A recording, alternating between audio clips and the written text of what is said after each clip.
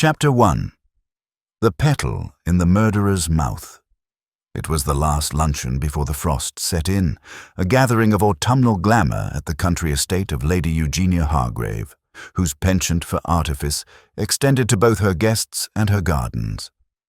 Silver cutlery glinted beneath a glass-domed conservatory where late roses bloomed defiantly against the dying season, and society select conversed over pheasant consommé and chilled Rhenish wine. Among the guests, Sir Montague Bartholomew, the steel baron with ash-grey hair and a temper polished thin by the press. Mrs. Cassandra Vale, a fading opera soprano with a gaze that flitted between nostalgia and calculation. Miss Lavinia Hargrave, the hostess's willowy niece, all nervous smiles and unspoken tension, and Dr. Felix Whodunit, a quiet man with horn-rimmed spectacles and an interest in the physiology of the mind, not of the heart. A place was also set for the poet Sebastian Dorn, a man of whispers and recent scandal, though, as Lady Eugenia noted with thin-lipped disapproval, he had yet to make his appearance. At precisely 1:42, the footman, Everley, entered with stiff decorum and whispered something in Lady Eugenia's ear. Her complexion, painted to glow with health, paled beneath its artistry. "There has been an incident," she said, rising with rigid dignity. "The garden maze. I think it best that you all remain here. Dr. Whodunit, if you would." The doctor followed with clinical urgency, the others murmuring, exchanging glances that flickered with unease and suppressed curiosity. Poirot, of course, was not yet present. He was due to arrive on the evening train, having been invited by Lady Eugenia after a discreet matter of some stolen heirloom weeks earlier. But it would not be theft he walked into now.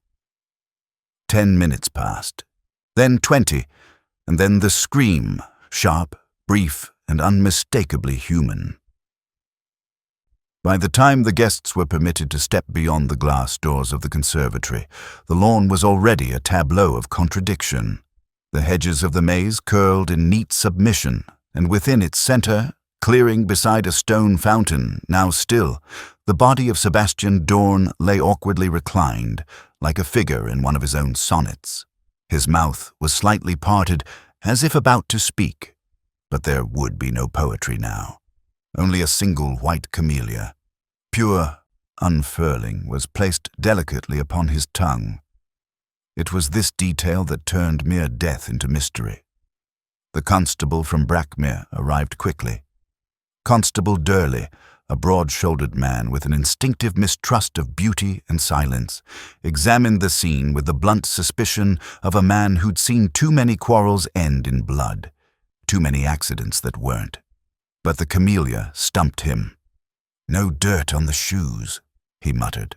"No sign of struggle, no wound, but dead as stone. And that flower, what in the name of St. George is that doing there?" Lady Eugenia's hand trembled against her lorgnette. Sebastian was a theatrical man. Perhaps it is some statement? "It's murder, that's the statement," muttered Durley. Dr. Whodunit stood nearby, arms folded. "No visible trauma," he said slowly. "Though the body is contorted, I should need to conduct a post-mortem, but the placement of the flower, clearly post-mortem, and precise." "You think the killer arranged him?" Durley asked. "I think," said Whodunit, "that someone wanted to make a point, a symbol, perhaps." "Symbol of what?" The doctor looked up, expression unreadable. "Of silence." Later that evening, the great detective arrived.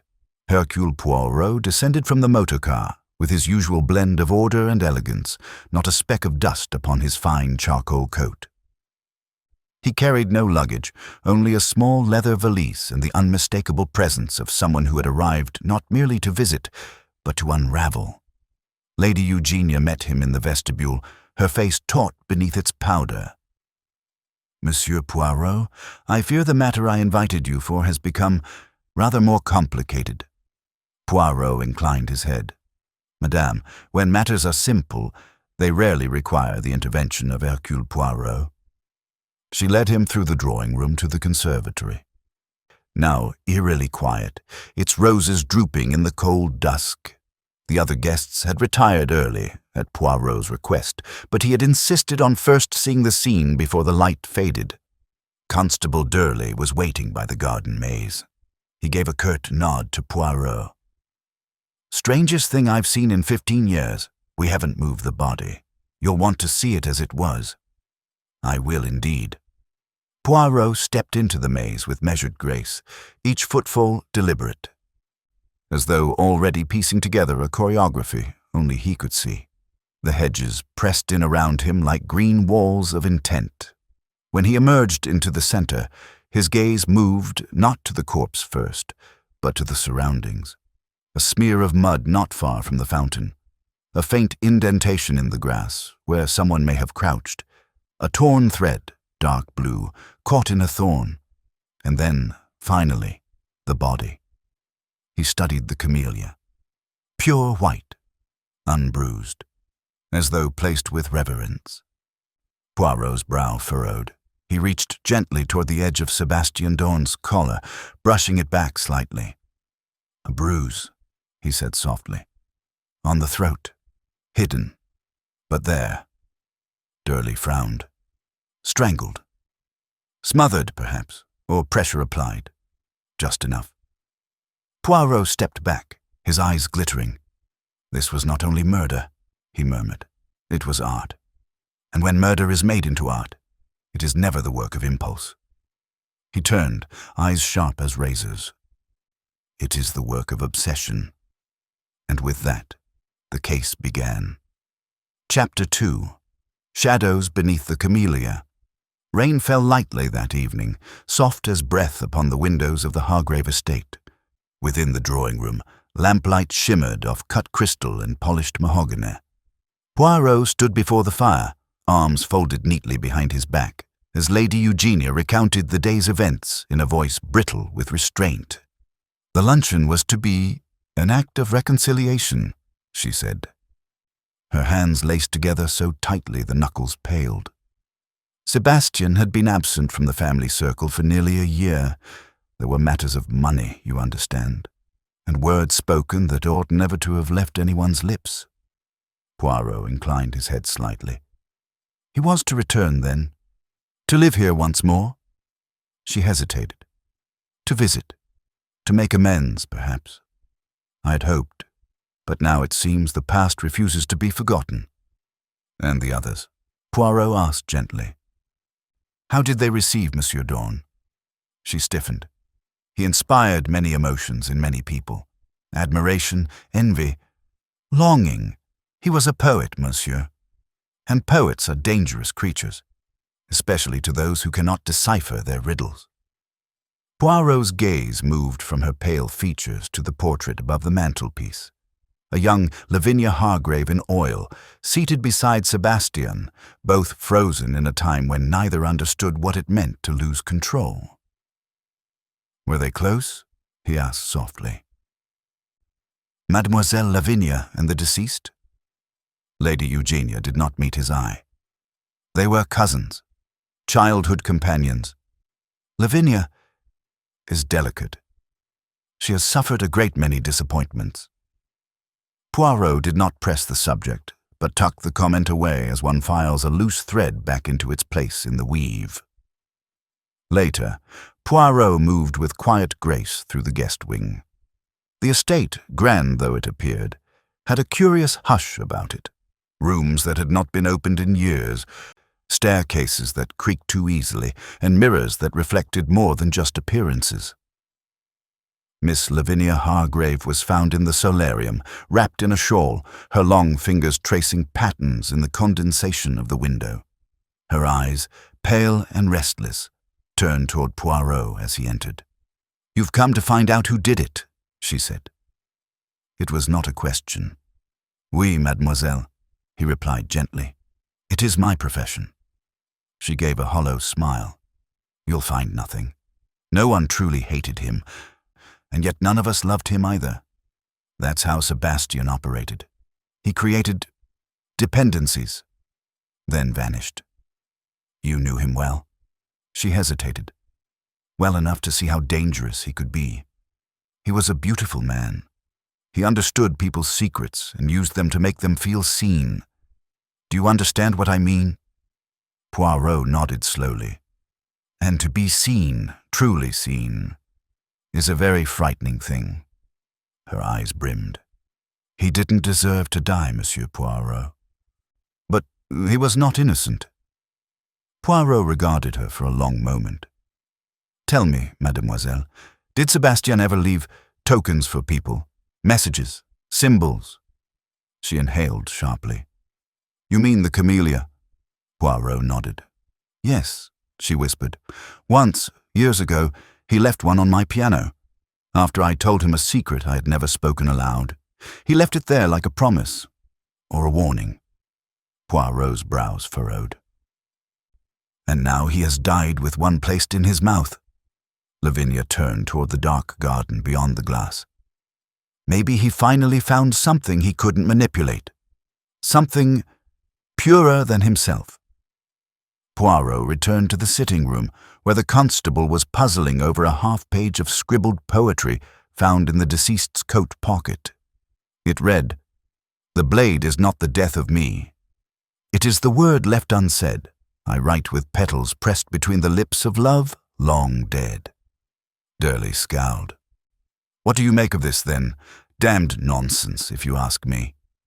Poirot took the paper delicately and read the lines again.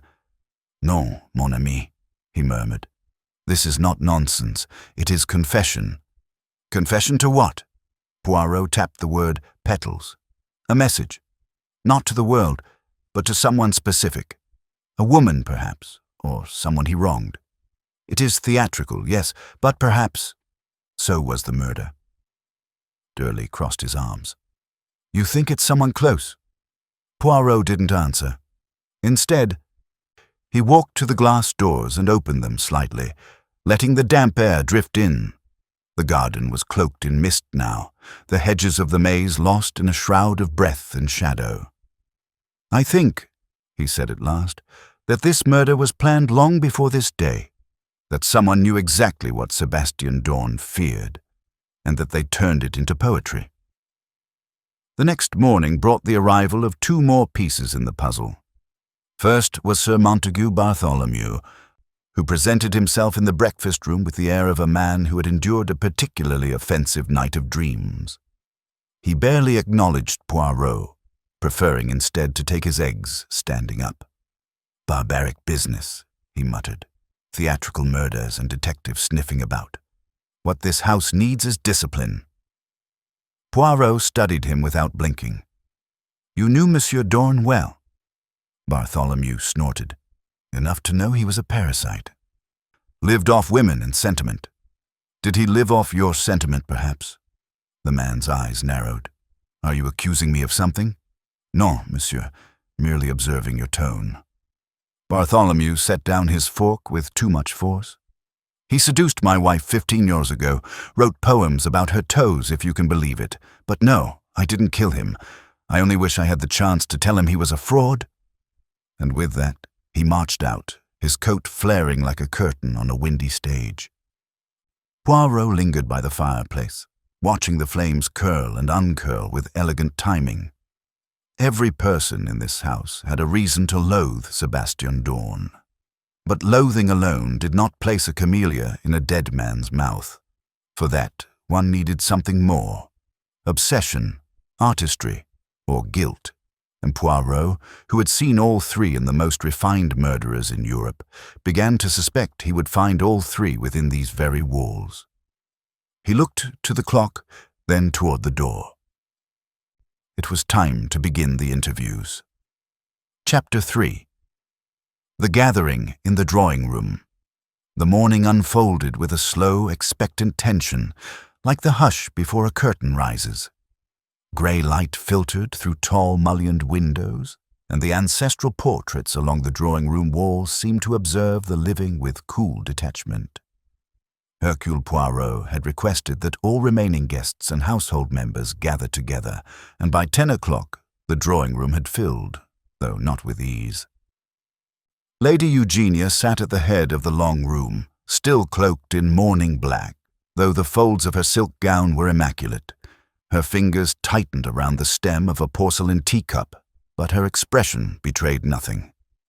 Lavinia hovered behind her aunt's left shoulder, drawn and silent, her hands entwined before her like a schoolgirl preparing for chastisement. Sir Montague Bartholomew was already seated in one of the leather armchairs, fingers drumming impatiently on his knee. He had brought a newspaper which he pretended to read. Cassandra Vale stood near the French doors, framed against the cloudy garden like a fading portrait herself. Her gown, the color of claret, clung to her figure with theatrical poise. Her eyes, lined heavily in kohl, swept the room as though measuring it for its acoustics. Dr. Felix Whodunit entered last, his leather bag still in hand. He gave a courteous nod to Poirot, who stood at the fireplace with his usual posture. Calm, composed, the little grey cells already stirring like wind in a locked room.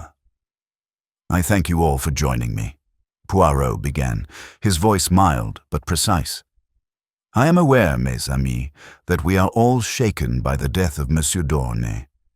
But let us not forget, he did not die by accident." Cassandra sighed audibly. "Must we be so dramatic? It could have been a heart failure. The man wasn't made of steel." Poirot gave a polite smile. "Madame, it is true that life is fragile, but in this case, it was made more so by another's hand.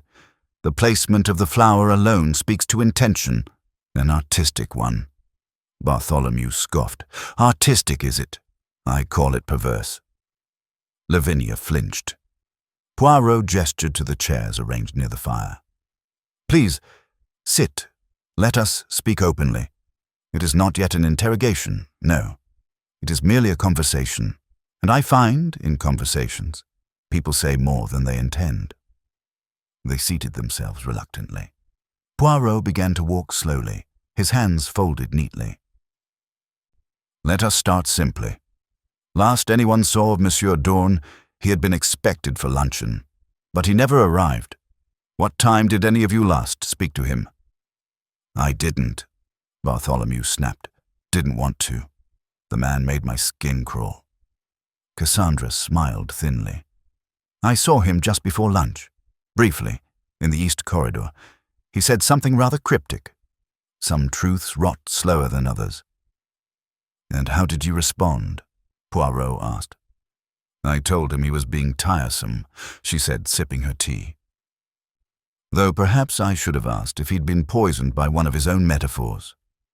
Poirot turned to Dr. Whodunit. "And you, Doctor?"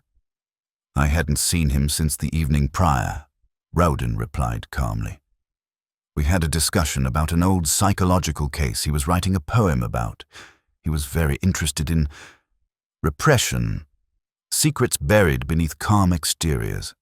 He asked odd questions, but that was typical of him." "And Mademoiselle Lavinia?" Lavinia's lips parted, but no sound emerged at first. Lady Eugenia spoke instead.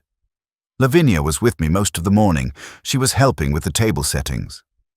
Poirot's gaze flicked between them, but he said nothing.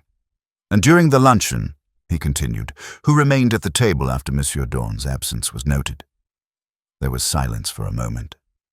"Everyone remained," Lady Eugenia said crisply, "until the footman came." Poirot nodded. "And the maze? Who among you knew that he had gone there?" "None of us," said Whodunit. "It's rarely used. It's neglected, overgrown in places." "But someone knew," Poirot murmured, "or led him there." Cassandra arched an eyebrow. "Are you implying Sebastian was lured?" Poirot inclined his head slightly. "Let us consider the motive. Monsieur D'Aulnay, he was not merely a poet, no. He was a collector of secrets. That is a dangerous occupation." Bartholomew scoffed again. "He didn't collect secrets. He stole dignity. Used people's worst moments and twisted them into verse."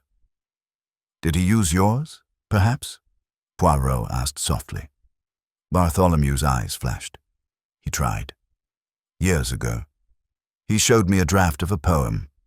Mocking my bankruptcy, I nearly broke his nose. And yet he was invited here. I wasn't consulted. Poirot turned next to Cassandra. And you, madame, you were once in correspondence with Monsieur Dorn, were you not? She smirked. If you mean an affair, say it plainly. Yes, 10 years ago. It ended badly. He wrote about me under a false name, but everyone knew. I forgave him eventually. We were friendly. Poirot nodded as though adding pieces to an invisible board. And yet, he said, I believe each of you had reason to despise him. The question, however, is not who hated him, but who feared what he knew. As the gathering broke apart, Poirot remained seated. He watched them filter out. Bartholomew muttering under his breath, Cassandra swaying slightly as she walked, Lavinia silent and pale. Lady Eugenia with her chin held too high. Only Whodunit lingered. You suspect one of us, the doctor said quietly. Poirot smiled politely. But of course, the flower speaks of knowledge, of performance, of intention. Someone wished to create a message in death. Whodunit looked toward the door. And you believe it was about guilt? I believe it was about power, Poirot said. The kind that comes from knowing the precise moment to act. Once alone, Poirot approached the fireplace. From his pocket, he withdrew the half-finished poem found on Sebastian Dorn's body. He read it once more, lips moving slightly. I write with petals pressed between the lips of love long dead. He turned the page over. On the back was a smudge of ink and a single fingerprint. A partial one, not Dorn's. Poirot's eyes narrowed. The killer had touched the poem after the fact. Perhaps to place it, perhaps to leave it. And Hercule Poirot, who trusted the smallest clues, now had something worth testing. The trap would not be set yet, but it was forming. Just as the camellia had bloomed in the mouth of the dead man, a clue had begun to blossom in the mind of the detective. Chapter 4. Poirot observes the living and the dead. It was just after midday when Hercule Poirot requested to see the body once more. The coroner had not yet arrived from the district town, delayed by what the housekeeper vaguely described as bureaucratic confusion and a flooded road. Until then, the body of Sebastian Dorn lay where it had first been discovered, within the garden maze, under a temporary canopy erected by the constable and one particularly loyal gardener. Poirot stepped into the maze alone. The air had turned damp and sweet with rot. Fallen leaves curled like forgotten secrets beneath his polished shoes, and the path wound like an indecisive thought, brushing his coat with wet branches as he passed. When he reached the clearing, the sight of Dorn's body, still grotesquely serene, was unchanged. The camellia still rested within the slack mouth, pale and absurdly perfect. Poirot knelt beside it, careful not to touch, and let his eyes linger on the details others had missed. The cravat was twisted, the collar slightly unbuttoned. The cuffs were clean but creased. The fingertips, slightly purple, were dusted faintly with something. What was it? He withdrew a small hand lens from his coat and examined the residue. A fine powder, chalky white. Not soil, not dust. Lime, he murmured. Or perhaps plaster. He stood and paced the small clearing in silence, eyes tracing the path a murderer might have taken. One entrance in, one exit out. A perfect trap, or a stage. And this was not a crime of panic. No blood, no signs of struggle. The camellia, placed like a signature on a painting. No, Poirot thought. This was art. When he returned to the house, he did not go to the drawing room, but instead to the servants' wing. There he found Everly, the footman, folding linens with stiff precision beside the dumbwaiter. You are the one who found the body, n'est-ce pas? Poirot asked. The footman straightened. Yes, sir. I went looking when Mr. Dorn didn't come to lunch. Lady Eugenia asked me to check the south grounds. Why the south grounds? She said he liked to smoke there, near the maze. Poirot's eyes narrowed slightly. And had he done so in days past? I don't know, sir. I hadn't seen him here before yesterday. Poirot paused. And when you found the body, who was the first person you informed? Lady Eugenia, sir, then Dr. Whodunit on her instructions. You did not touch anything? No, sir. I froze. It wasn't natural the way he looked. Poirot nodded, then turned to go. But something made him pause. Tell me, Everly, has anyone been using the library recently? The young man blinked. The library? Not often, sir. But I did see Miss Lavinia in there a few times, and Dr. Whodunit the evening before the luncheon. He was carrying something heavy, a ledger or a box. Couldn't tell. Merci, Everly. Poirot returned to the grand hallway, where the ticking of the tall case clock mingled with the hushed voices of old portraits. He turned toward the library and entered alone. Dust motes spiraled in the angled light. Books lined the shelves, some careworn, others pristine. The room was immaculately ordered, but Poirot's eyes saw what others overlooked. On the writing desk, a drawer sat slightly askew. Poirot opened it. Inside were several loose scraps of paper, lists, accounts, and a blotting pad. Beneath the pad, pressed flat, was a half-burnt page. Carefully, Poirot lifted it. The writing was fractured, but legible in part. She will not speak unless the flower is there. The petal is the key. Poirot's eyes gleamed. He folded the scrap and slipped it into his pocket. Then he turned, eyes scanning the shelves. His gaze paused on a large red volume. Medicinal Symbolism in the Age of Romanticism. He pulled it free and flipped through the pages. Under Flora and Rituals of Silence, one passage was marked, "The camellia, white, has long been associated with death, dignity, and restraint." In certain Victorian mourning rites, the camellia was used to mark a body whose secrets were to be buried unspoken. "Ah," murmured Poirot. So this was not random, not merely beautiful. It was ritual. Poirot emerged from the library to find Dr. Whodunit in the hall, brushing off his sleeves. "Doctor," Poirot said smoothly, "might I trouble you for a moment more of your time?" Whodunit adjusted his spectacles. "Of course." They stepped into a smaller sitting room where Poirot gestured for him to sit. "Doctor, you spoke of repression, that Monsieur Dorn was intrigued by buried emotions, yes?" Whodunit nodded. "He often spoke of the mind as a house, rooms locked away, doors never opened. He was particularly fascinated by Lavinia's past." Poirot tilted his head. "Why hers?" "She suffered a breakdown several years ago. There was a family scandal, something hushed up. She went abroad for a time. Dorn visited her, wrote poems afterwards. Some say she never fully recovered." "Did you treat her?" "I wasn't involved at the time. Only after her return, at Lady Eugenia's request. I've always believed she's capable of great strength, but carries a very old grief." Poirot was silent for a long moment. And if Monsieur Dorn threatened to bring such grief to light again, through his poetry, through veiled references? Whodunit's face remained calm. Then he was playing a dangerous game, with someone who had already survived madness once. Poirot's eyes did not leave him. "Was that why you warned him?" The doctor's brows twitched just for a moment. "I suggested he avoid certain subjects. He did not listen." Poirot returned once more to the drawing room and stood again before the fire. The pattern was becoming clearer.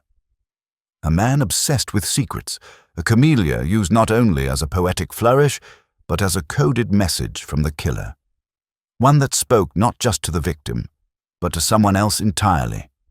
The powder on the fingertips, the burned scrap in the desk, the pressed flower in the mouth, and still, beneath all of it, a whisper.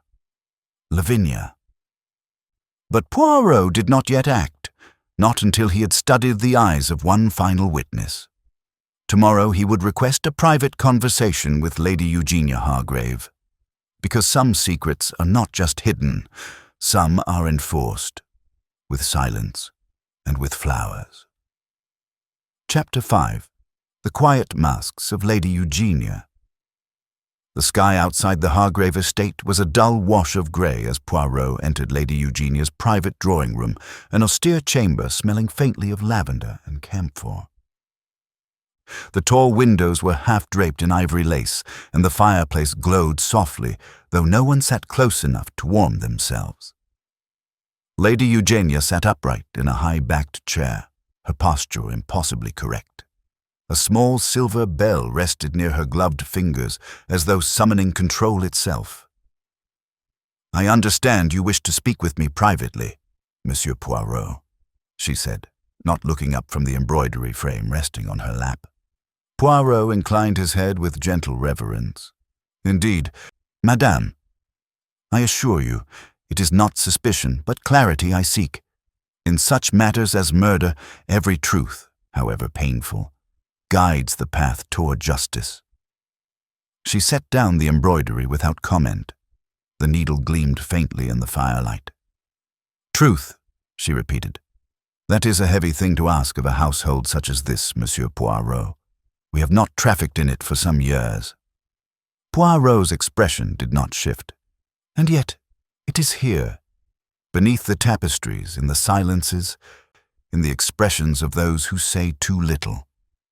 Lady Eugenia smiled faintly, though it did not reach her eyes. "You speak as if you already know something. That's dangerous." "No, Madame, it is not danger that concerns me. It is silence, and you, I think, have kept much of it." For a long moment, the only sound was the slow tick of a clock behind her. Then she rose, moving to the mantel. "You've spoken to everyone by now, I suppose. All those who resented Sebastian. He was not beloved. But he was admired. Admiration is a more powerful drug than affection." Poirot stepped nearer. "Were you one of his admirers?" She gave a dry laugh. "Don't flatter me, Monsieur Poirot. I am too old, too proud, and too cruel to have ever admired a man like Sebastian Dorn." "And yet you invited him back." Her fingers, elegant and firm, gripped the mantle. "I owed it to the family," she said, "and to Lavinia." Poirot's voice softened. "Lavinia, she has been mentioned by many as someone affected, fragile. But I wonder if it is not she who has been protected, rather than shattered." Lady Eugenia turned to him then, her eyes like polished glass. "You're not wrong. Lavinia was never fragile, but she was vulnerable. To Sebastian. He knew her past, knew what she endured in that house in Florence, and he never let her forget it." Poirot's eyebrows lifted slightly. "What house in Florence?" Lady Eugenia sighed. "A villa belonging to distant cousins. After her breakdown, she was sent there to recover. She wrote letters full of poetry, strange drawings. She claimed to hear voices. Then, abruptly, she stopped writing altogether. I went to retrieve her myself." "And what did you find?" Her lips pressed into a line. "A girl barely speaking, with half her sketches burned in the fireplace. The staff said she had fits, but it was clear to me that someone had frightened her into silence. Someone who knew how to make pain seem like beauty." Poirot murmured. "Sebastian. He visited once, during that time, and when Lavinia returned home, she refused to speak of it. But she was changed. She flinched at white flowers. Camellias, especially.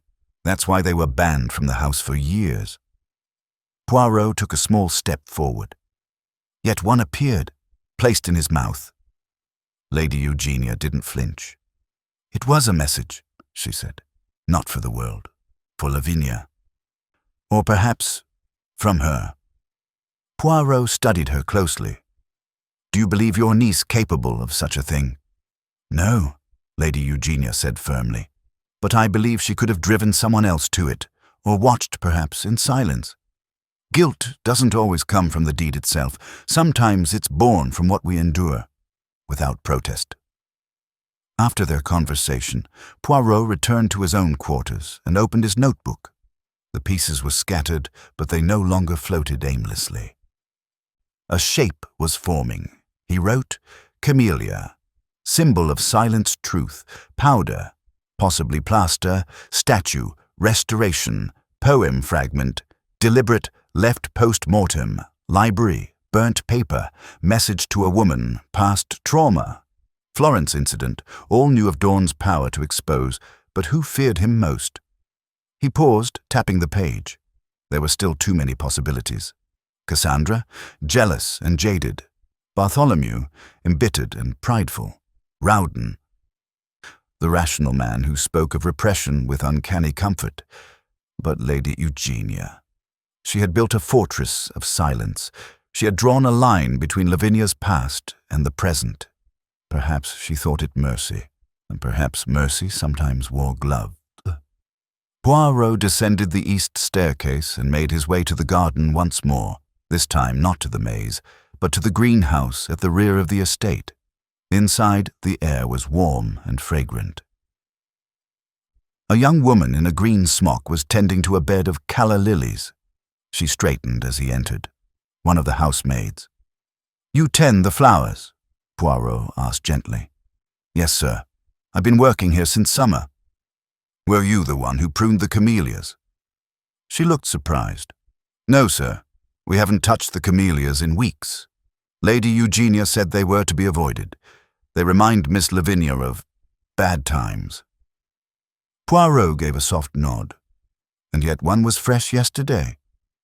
Placed on the body of a man, it must have come from here. The girl paled. I don't know, sir. But someone entered, She hesitated, then nodded slowly. "The night before the luncheon, I saw Dr. Whodunit. He was here late. Said he needed something for the nerves, lavender oil or valerian, but he was looking at the camellias, just staring at them." Poirot smiled faintly.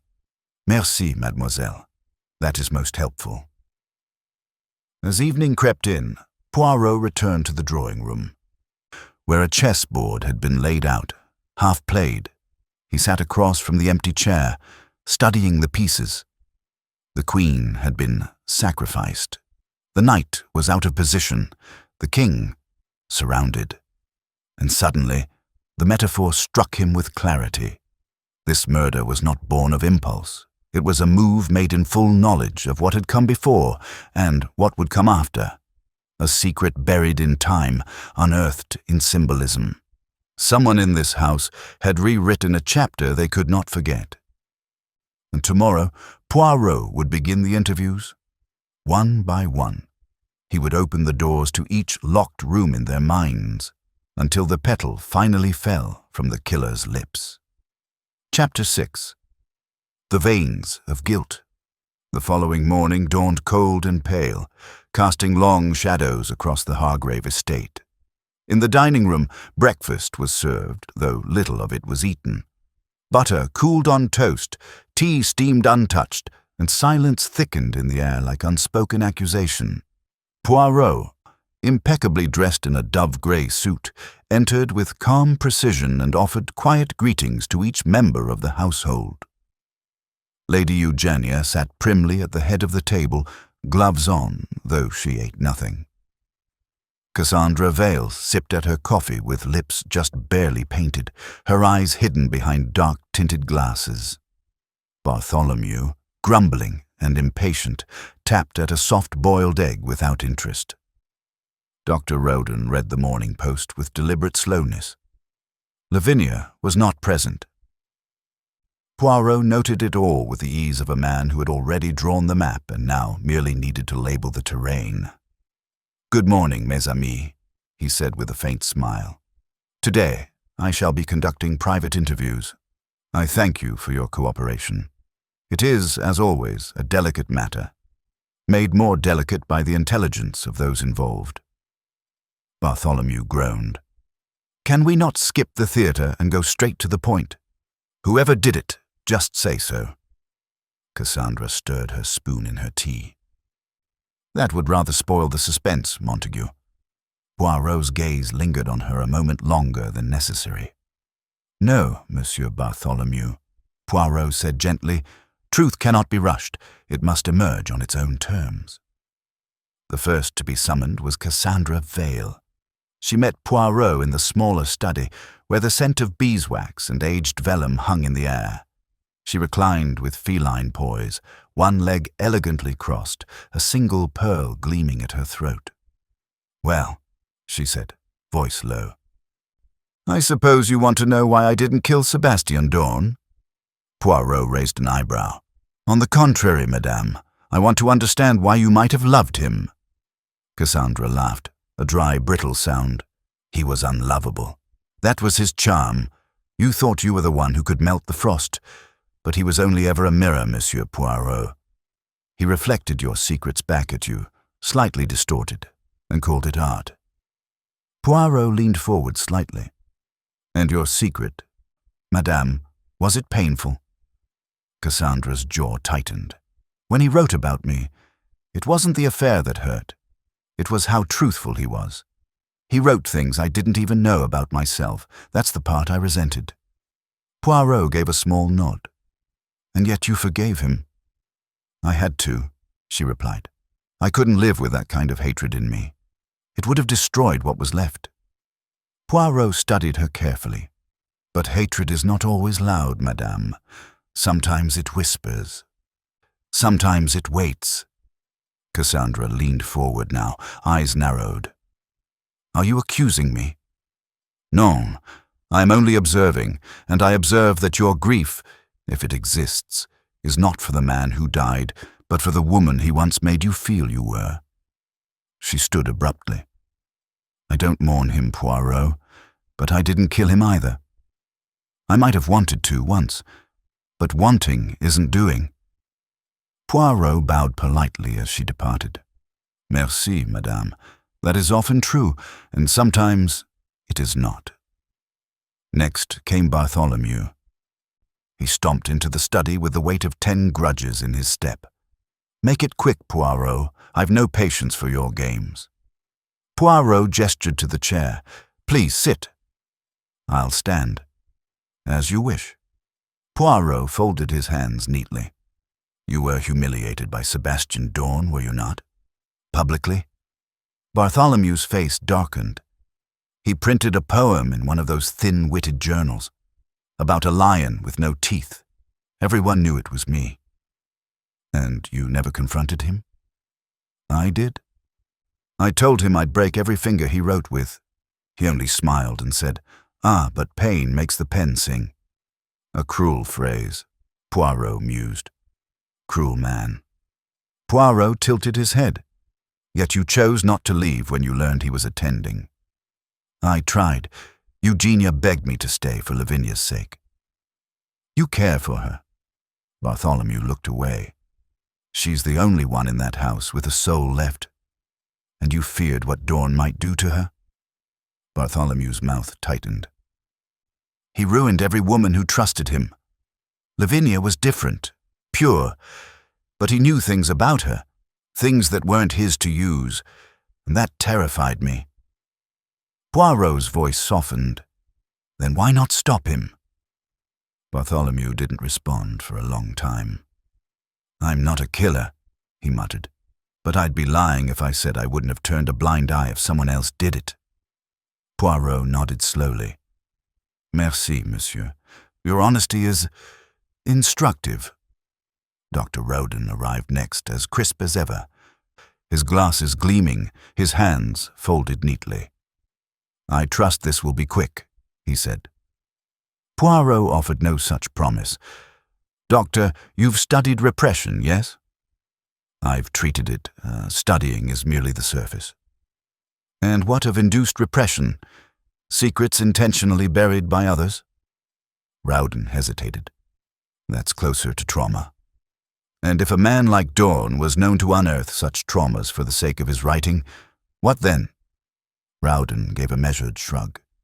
Then he was cruel, or careless, or dangerous. Rowden hesitated again. Yes. Poirot leaned back. Were you close to Lavinia? I treated her. We talked. She trusted me. Did you ever advise Lady Eugenia to keep Dorn away? I did. Poirot paused. And yet, you remained silent when he was invited. I wasn't in a position to protest. But you visited the greenhouse the night before he died. Rowden's composure flickered. I told the maid I was collecting valerian. You lingered at the camellias. Rowden looked away. They reminded me of her. Of Lavinia. Yes. She once told me they haunted her dreams, always white, always still. Poirot stood, walked slowly to the window. Doctor, were you in love with your patient? Rowden did not respond. After a long pause, Poirot turned. Merci, doctor. That is all for now. Rowden left, his posture perfectly upright, but the door clicked shut a fraction too hard.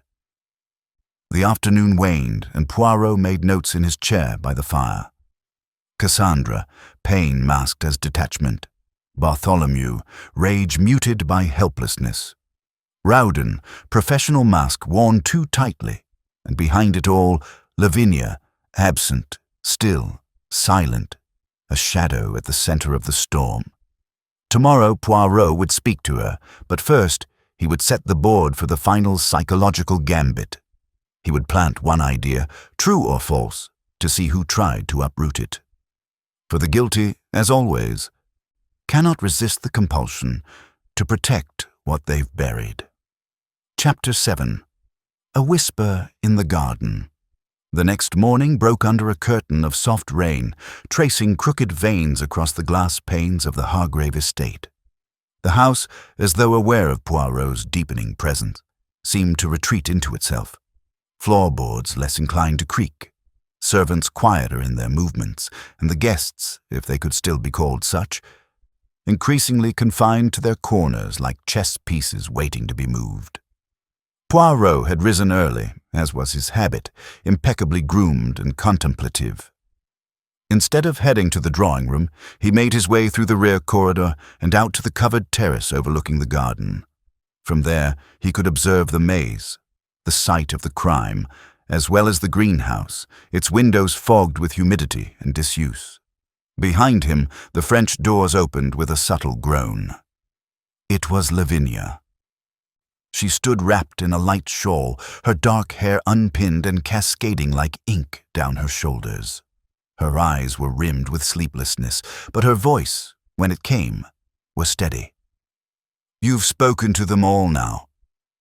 Poirot nodded, not turning. "Oui, mademoiselle, all but one." She stepped forward slowly. "Then you know." "I know that Monsieur Dorn had the power to resurrect what others wished to keep buried. I know that his death was not merely an act of violence, but a message." Lavinia's voice was quiet. "To whom?" Poirot turned at last and looked at her fully. "That, mademoiselle, is what I hoped you might tell me." They sat beneath the terrace canopy, a pot of tea between them, untouched. The rain softened around them, a distant hush. Lavinia sat straight but not stiff, her hands folded in her lap, gaze unfocused. "He came to Florence," she said. "After the incident. I don't know how he found me. I'd written to no one. My aunt said it would be better that way, but one afternoon, there he was, on the steps of the villa." Poirot listened without interruption. "I hadn't seen him in over a year," she continued. "We'd had a falling out. I'd told him something once, something personal, and he turned it into verse, thinly veiled but obvious enough for anyone who knew. I thought he came to apologize. But he did not." Lavinia shook her head. "He came to observe, to study me. He told me madness was beautiful when honest, that pain made people more real. He said I should be grateful he had immortalized me." Poirot's lips pressed into a thin line. And you? I locked myself in my room for 2 days. When I came out, he was gone, but a white camellia had been left on my pillow and a page of poetry that began with the words, "The mouth cannot hold what the mind refuses." Poirot murmured, "Cruel, calculated." Lavinia's voice caught. I burned it. There was a silence between them, not cold, but vast. Poirot spoke gently. "When he returned to Hargrave Hall, did he threaten to write of you again?" "He said he had already written it," she whispered, "that it was his finest work. He said, if I wanted to stop him, I'd have to silence him the way I wished I'd done years ago." Poirot nodded slowly. "And so you feared him?" "I did," she said, "but I didn't kill him." Her voice cracked then, not in self-defense, but in mourning, of dignity lost, of silence cultivated like rot. "I hated him," she added, "but I was afraid of becoming like him even more."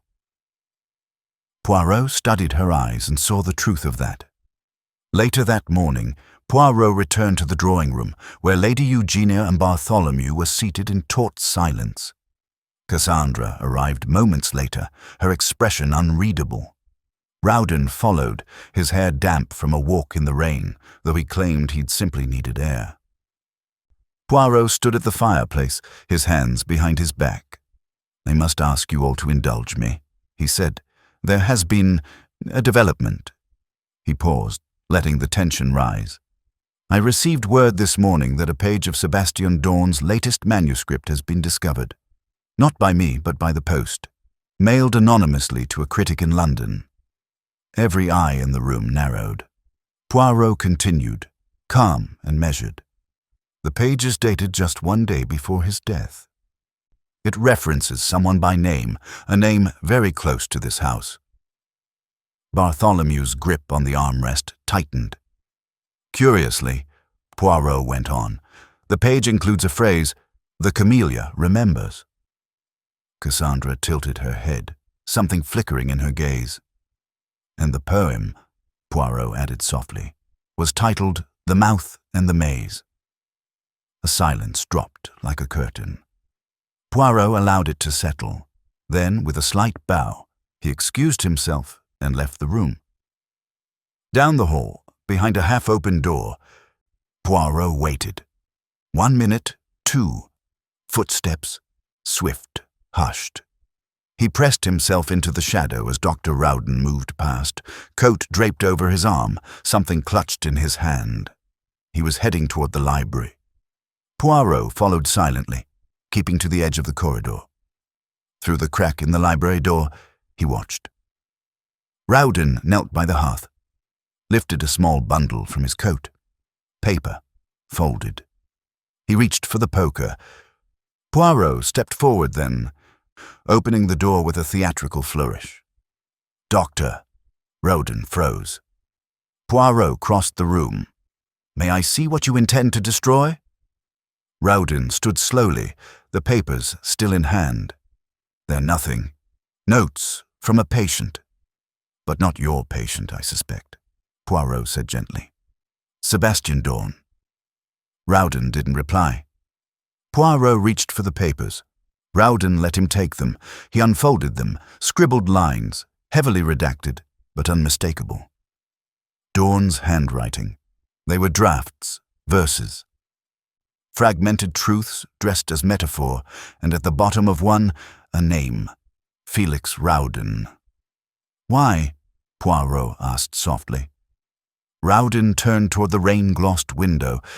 "He knew," he said quietly.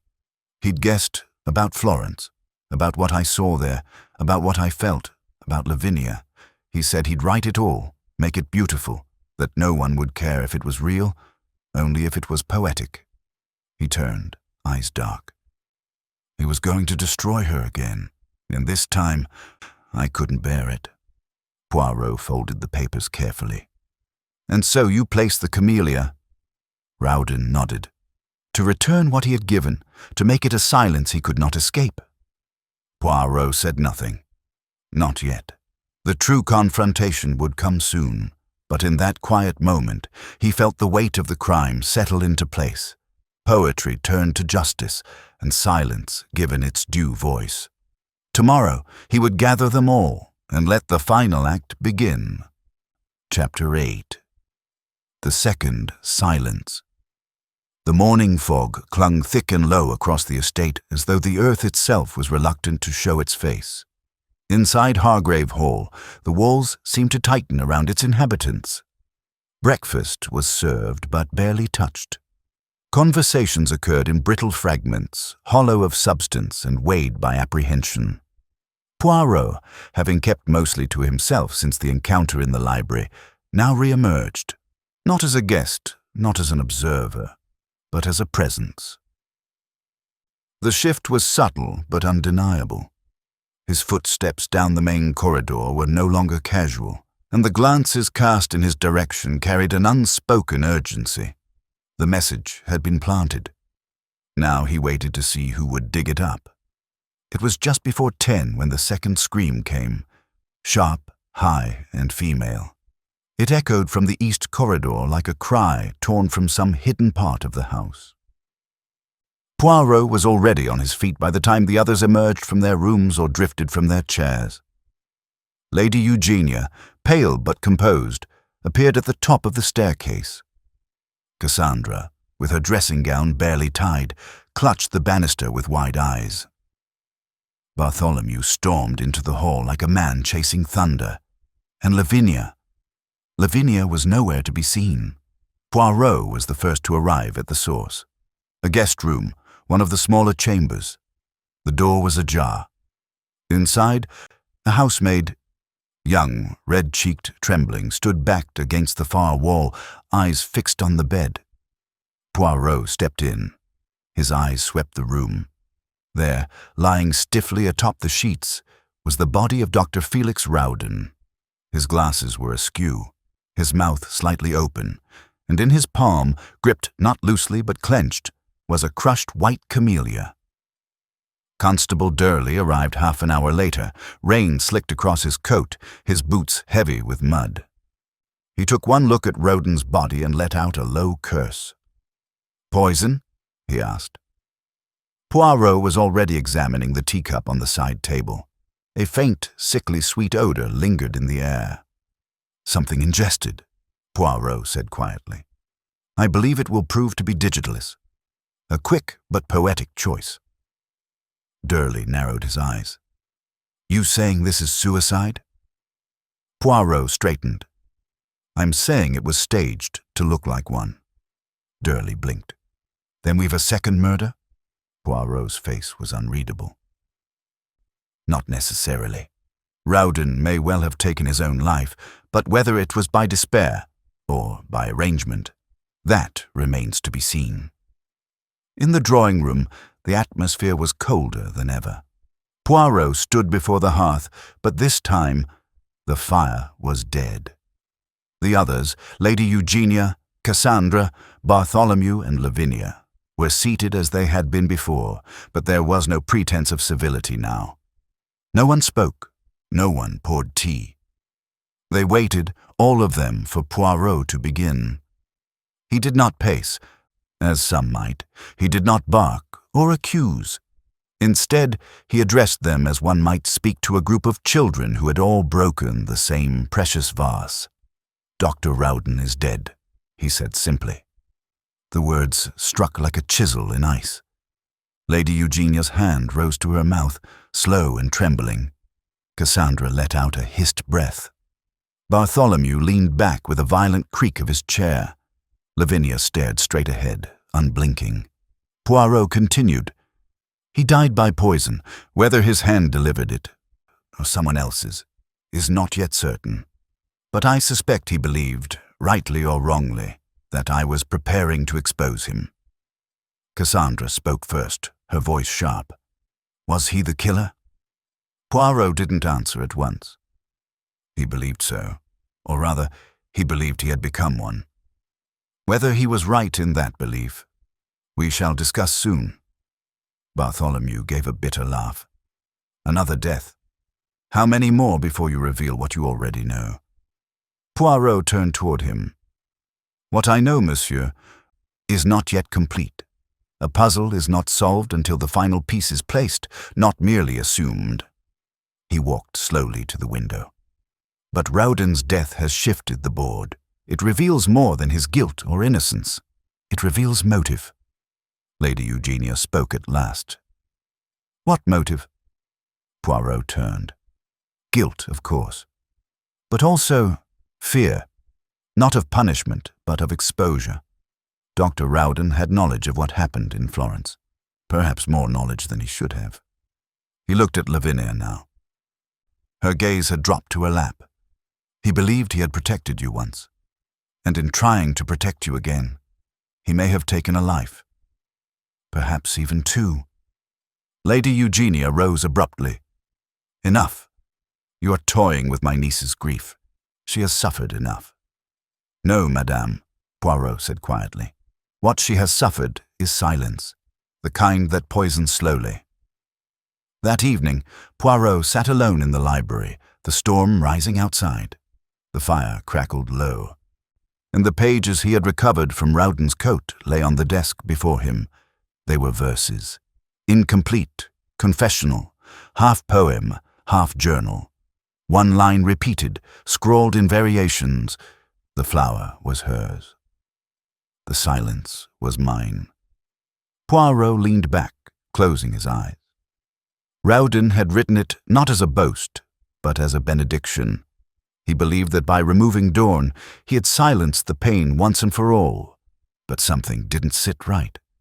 Why stage the death so theatrically? Why clutch the camellia? And most of all, why now? Poirot opened his eyes. There was one more voice he had not yet heard. The voice of the dead man, Sebastian Dorn.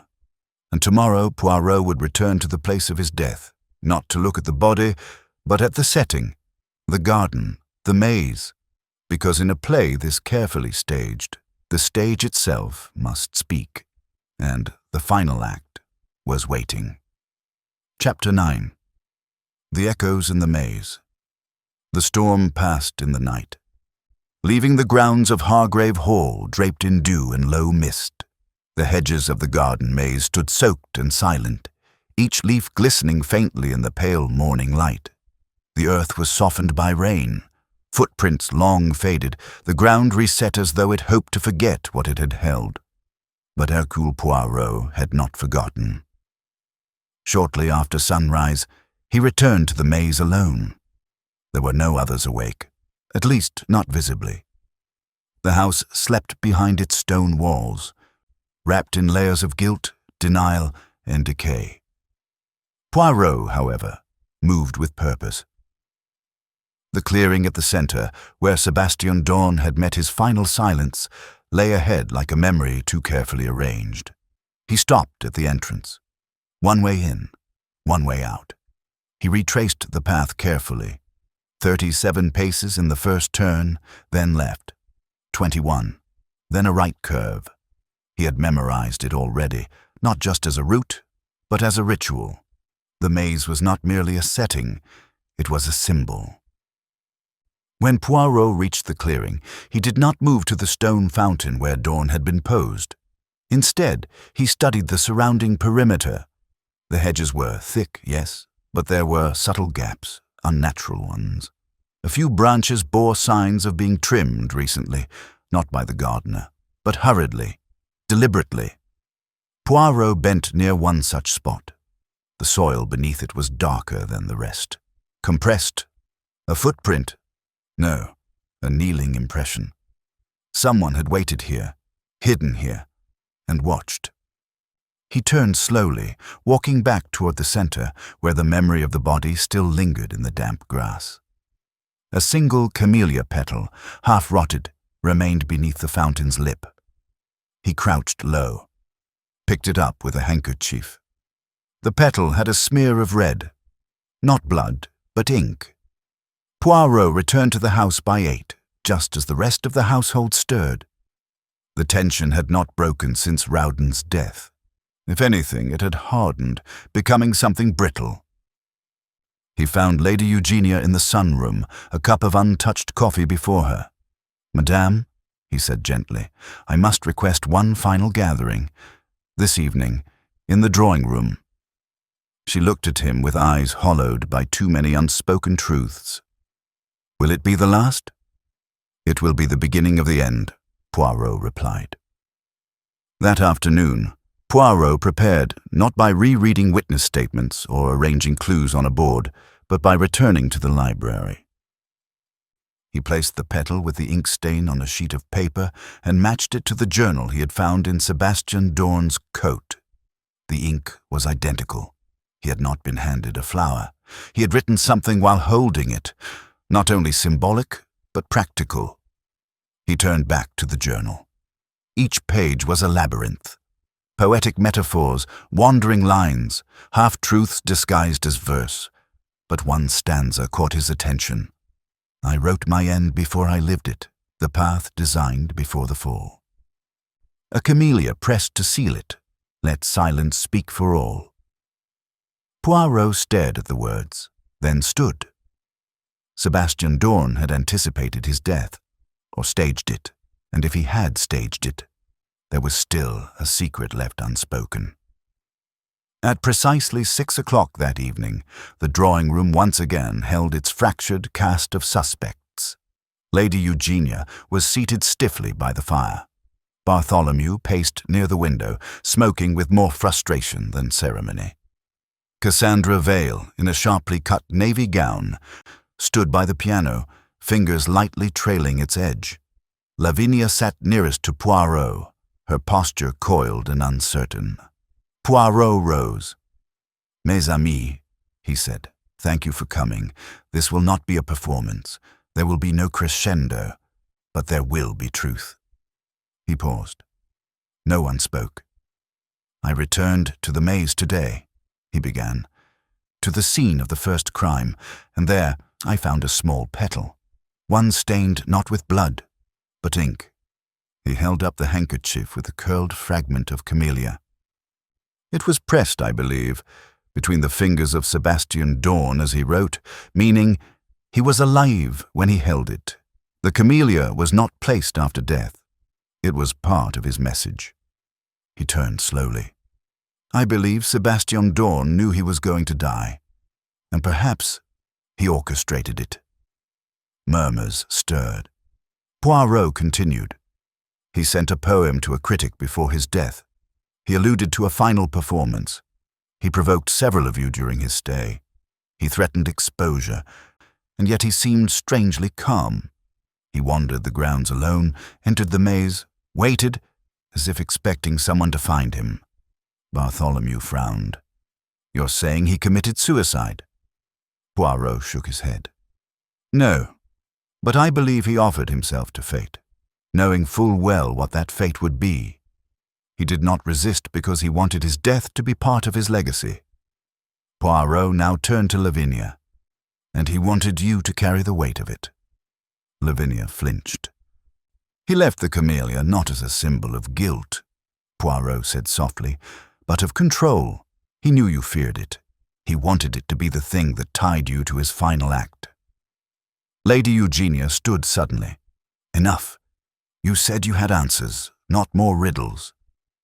Poirot turned to her. "I have one answer, but it is difficult." He walked to the piano, tapped a key. A single note rang out. When Dr. Whodunit died, he left behind papers, poems he had taken from Sebastian Dorn's journals. He believed he had committed murder to protect someone. Poirot turned back to the room. But he was wrong. He did not kill Sebastian Dorn. A hush fell. Poirot took a breath. The one who did was Sebastian Dorn himself. Stunned silence. "He ingested a slow-acting poison," Poirot said. "Digitalis, I believe. It causes confusion, hallucinations, and heart failure. He timed it perfectly, enough to make his death seem sudden. Enough to make a planted camellia the final signature." Bartholomew looked shaken. "Why the elaborate staging?" "Because it made him the tragic figure," Poirot said bitterly. The silenced artist, the poet martyred by the very secrets he teased from others. He turned once more to Lavinia. But there was one thing he miscalculated. He thought he could use his death to bind you to him forever, to live in your mind as the unforgotten wound. Lavinia looked at Poirot, tears filling her eyes. "But now, mademoiselle," he said gently, "you know the truth. He did not die for you. He died because of himself." No one spoke for a long time. Poirot folded the handkerchief, returning the petal to his pocket. Tomorrow he would leave Hargrave Hall. But tonight he had given the dead their voice, and the living their silence. Chapter 10. The paper that shouldn't exist. That night Hargrave Hall did not sleep. Not truly. Footsteps echoed faintly down quiet corridors. Candles burned longer than necessary, and behind shut doors, hearts beat with the dissonance of unresolved guilt. The drawing-room had emptied in silence after Poirot's announcement, each guest departing without question, without eye contact. Even the air in the house seemed to have altered, lighter perhaps, or heavier still, depending on what secrets each soul had chosen to retain. Poirot remained in the library, alone, long past midnight. He sat not at the grand desk, but in a narrow armchair by the window, watching rain bead along the glass. In his hand, he held Sebastian Dorn's final notebook, The Mouth and the Maze, a slim, leather-bound volume whose contents he had not fully dared read until now. He flipped to the final page. Blank. Except for one line, etched so faintly in pencil it seemed like the ghost of a thought. "She will understand when she sees the second petal." Poirot's breath caught. The second petal? The first had been found in the maze, ink-stained, symbolic. But the second? Where? And who was she? The question felt rhetorical. It could only mean Lavinia, but why leave a message so cryptic when death had already come? Poirot stood abruptly and crossed to the hearth. He lit a candle, then returned to the desk. One by one he turned the pages of the journal again, this time holding each to the light. On the inside back cover, bare to the naked eye, a seam had been lifted. A flap of leather peeled back, ever so slightly warped from moisture. Poirot slipped a gloved finger beneath it.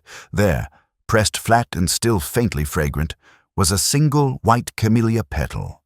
Not crushed, not inked, intact. Folded with it was a page, torn from a different paper stock. Older, more fragile. Poirot unfolded it carefully. It was a letter, undated, unaddressed. Handwritten in Dorn's unmistakable cursive, though shakier than usual. I held the silence of others in my hands. And in doing so, I became deaf to my own. I saw her once in the Florence garden, pale with shame, and I did nothing. I should have stopped them, but I watched, I wrote, I fed myself on her pain. Whodunit was not the only one who failed her. This petal is not for the mouth of the dead, but for the hand of the living. She must know it was not her fault, not the madness, not the silence, not the scar the villa left behind. Poirot closed his eyes.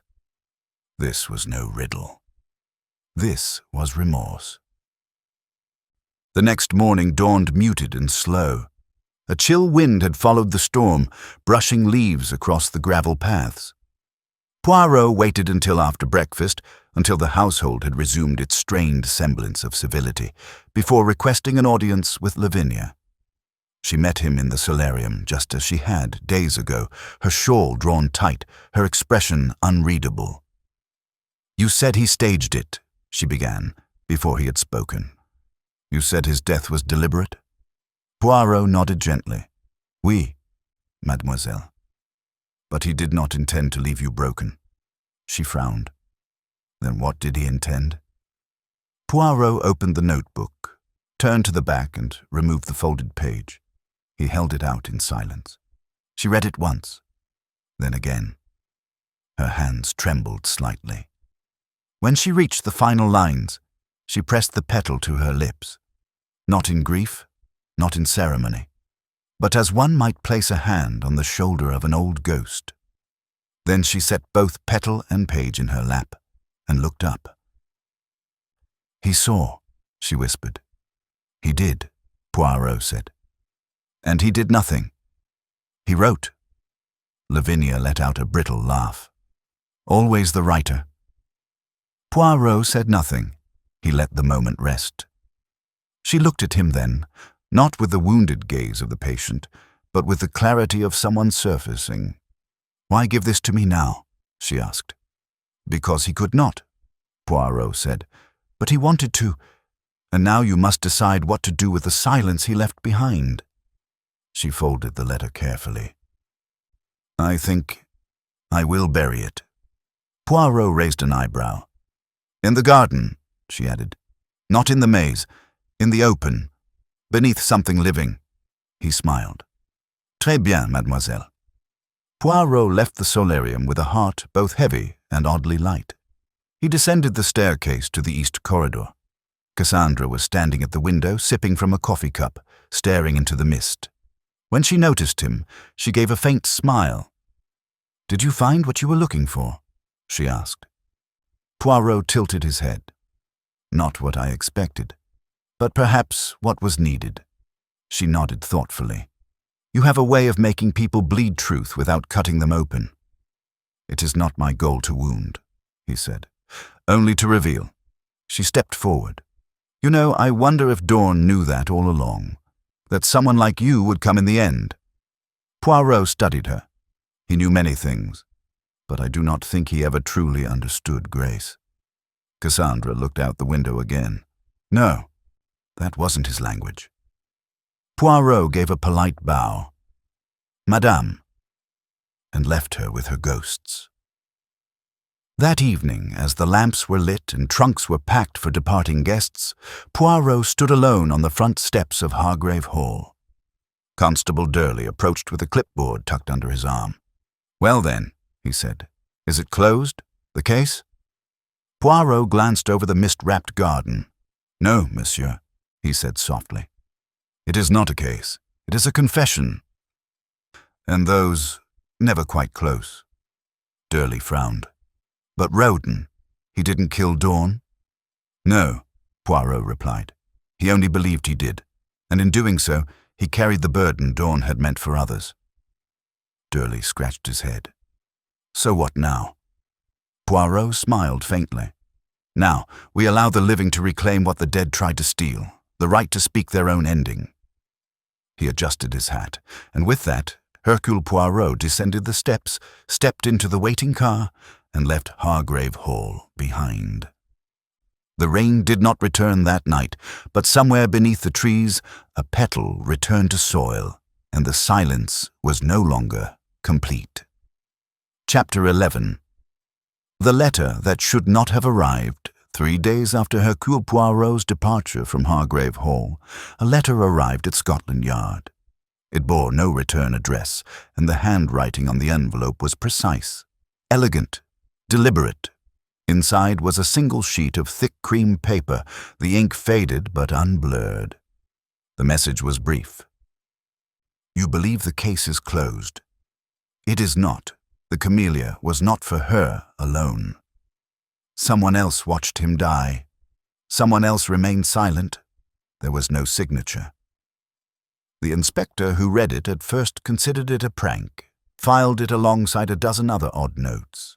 But the name Hargrave Hall, faintly inked on the envelope's inner flap, caught his eye, and within 2 hours the letter had been couriered directly to Hercule Poirot in London. He read it in silence, then without pause, began to pack his valise. When Poirot returned to Hargrave Hall, it was under skies once more thick with cloud. The season had begun to turn. Leaves edged in ochre fluttered loose from the trees. The estate looked no different, and yet it felt different.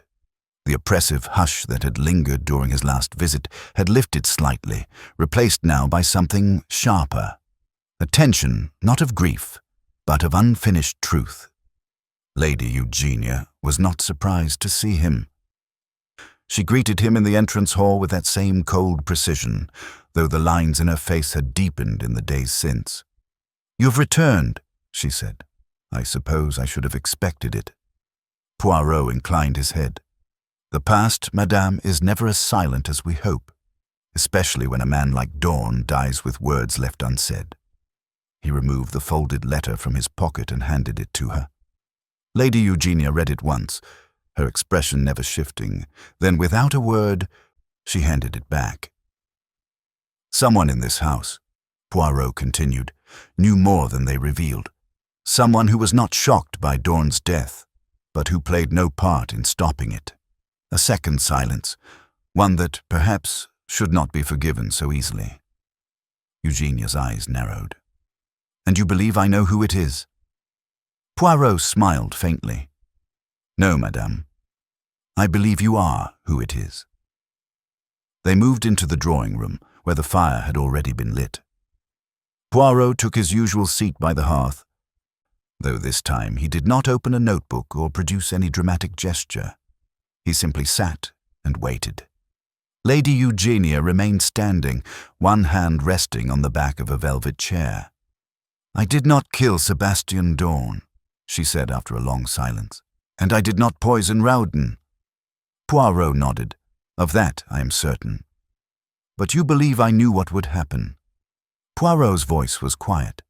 "You knew enough." The truth began as a whisper. "He came to me the night before," she said.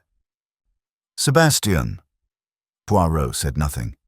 He had been drinking. Not heavily. Just enough to unspool that smug restraint of his. He said he'd finished the poem, the one, that it would destroy Lavinia, that the world would applaud, and she would disappear forever beneath his language. She stared at the fire, eyes distant. I begged him to stop, to delay, to leave again.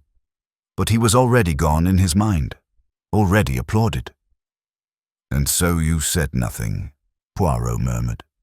"I thought he was bluffing, that he wanted me to panic, to threaten him with lawyers, that he would return to London, publish something veiled and cruel, and then vanish again. But I didn't believe he would die." Poirot nodded slowly. "But you saw him the next morning. You saw the camellia." "I did," she said. "And you said nothing." Lady Eugenia turned sharply. Because Lavinia had suffered enough. Because if the story ended there, with Dawn dead and no one to claim the final word, I believed that might be a kind of peace. Poirot rose from his chair. "But peace built on silence, madame, is not peace. It is only delay." They were interrupted by a quiet knock at the door. Lavinia entered. She froze upon seeing Poirot. Then, after a beat, closed the door softly behind her. "I heard you were here," she said. Poirot bowed. "Only briefly, mademoiselle." She looked between him and her aunt. "Is something wrong?" Poirot gestured to the hearth. "Come. Sit." Lavinia hesitated, then crossed the room, taking the seat nearest the fire. She looked older than she had 3 days ago, but not in a way that spoke of weariness. There was resolve now in the line of her jaw, in the quiet steadiness of her voice. Poirot turned to Lady Eugenia. "Madame, I ask you now only one question, and I beg you to answer it with the honesty that Lavinia deserves." She said nothing. "Did you know that Whodunit intended to confront Dawn in the maze that morning?" Lady Eugenia's fingers tightened around the chair's edge. "Yes," she said finally. "I did." Lavinia inhaled sharply. "You what?" "I didn't know he meant to kill him," Lady Eugenia said quickly. "But I knew he was angry, that he had read the poem, that he planned to confront Sebastian one last time. He said, if Dawn wouldn't stop himself, someone had to." Poirot watched Lavinia closely. She stood slowly, arms crossed. "You could have stopped it," she said, voice thin. "You could have warned me. Or him."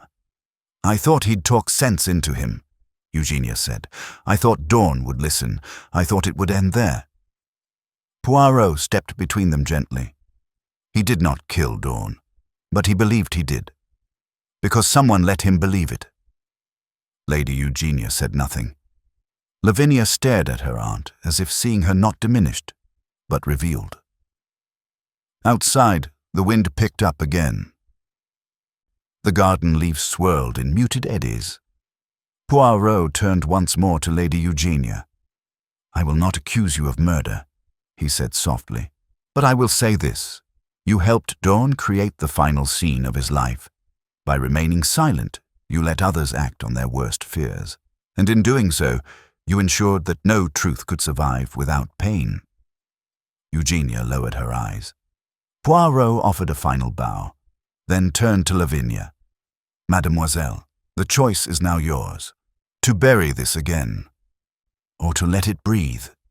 The dead have spoken, but the living still write the ending." He left them then, not with ceremony, but with silence, the kind that follows a curtain falling, not because the story is over, but because the audience must now decide what it meant. Chapter 12. The Ashes in the Conservatory.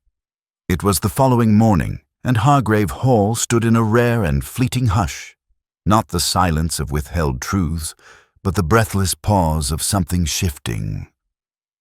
The house no longer pulsed with secrets. Instead, it seemed to observe its own decay, as if acknowledging that some chapters could not be rewritten, only concluded. Poirot stood once again in the conservatory, where late sun filtered through the glass roof in soft golden threads. A white camellia bush grew near the far wall, unpruned, unattended. Its blooms were few now, the season nearing its end, and yet one flower remained near perfect. He plucked it gently. Behind him, a faint voice said, "You're back again." He turned. Lavinia Hargrave stood in the doorway, hands tucked behind her. She wore no shawl today, no veil. The fragility that had once seemed stitched into her every movement was no longer present. She looked not transformed, but uncovered, like a figure emerging from beneath layers of inherited dust. "I thought I might find you here," she said. Poirot smiled faintly. "You often walk among the flowers." She stepped forward and joined him.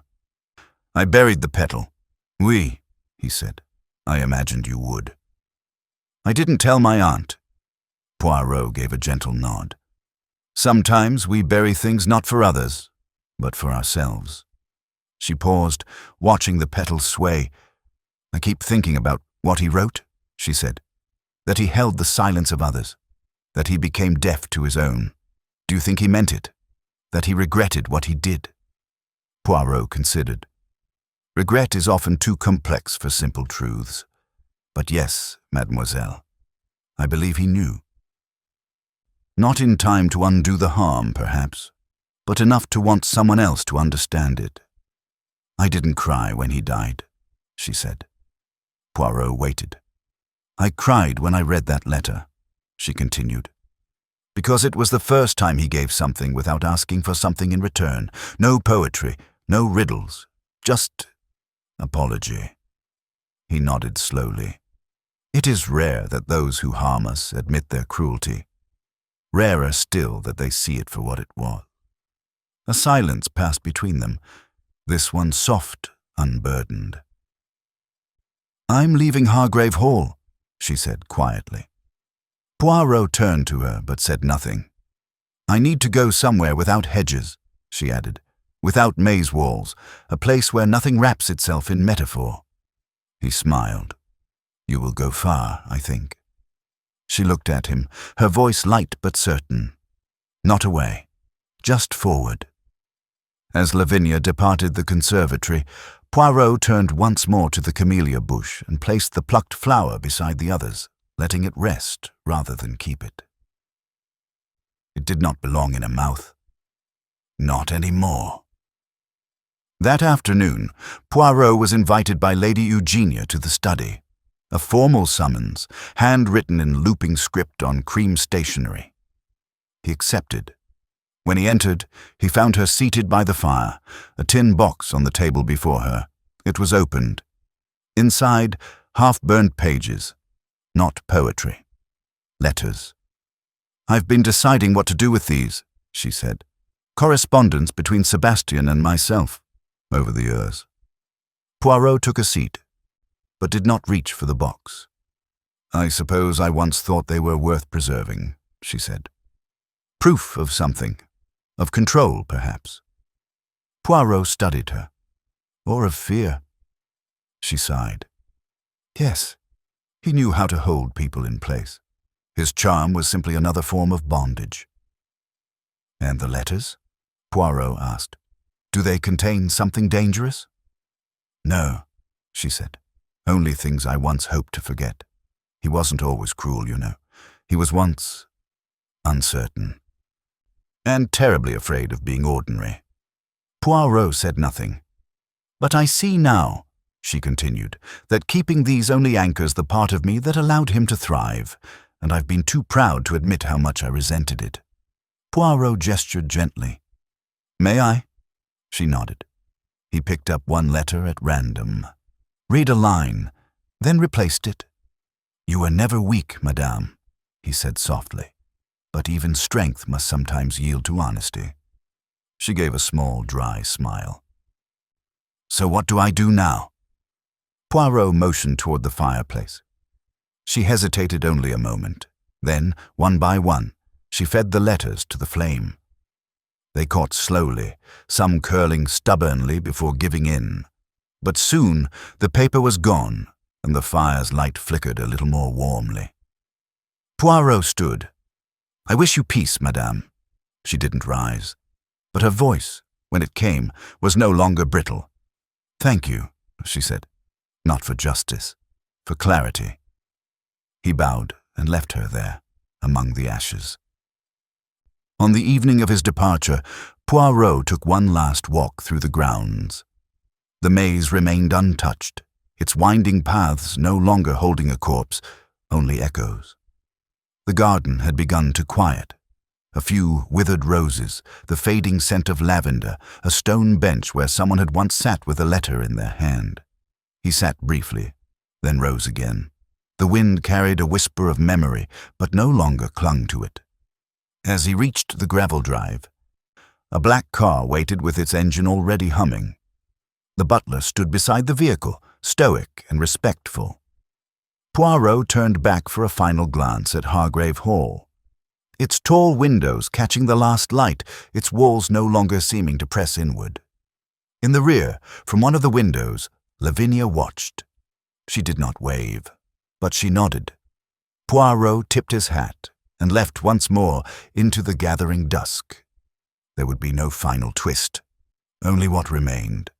A house no longer haunted by poetry, but remembered for its silence, and a single white flower that had, at last, fallen without sound.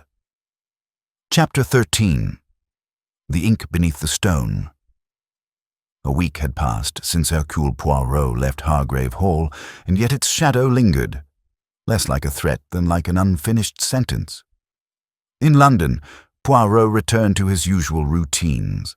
His morning tisane, the precisely trimmed mustache, the immaculate creases in his trousers. But beneath the surface, his thoughts still circled the camellia. There was something unfinished. It wasn't the crime. No, that had resolved with its tragic symmetry, a poet who staged his own symbolic death, a doctor who mistook guilt for justice, and a woman learning at last that silence need not be a prison. But there was something else. The anonymous letter, "You believe the case is closed. It is not. The camellia was not for her alone. Someone else watched him die.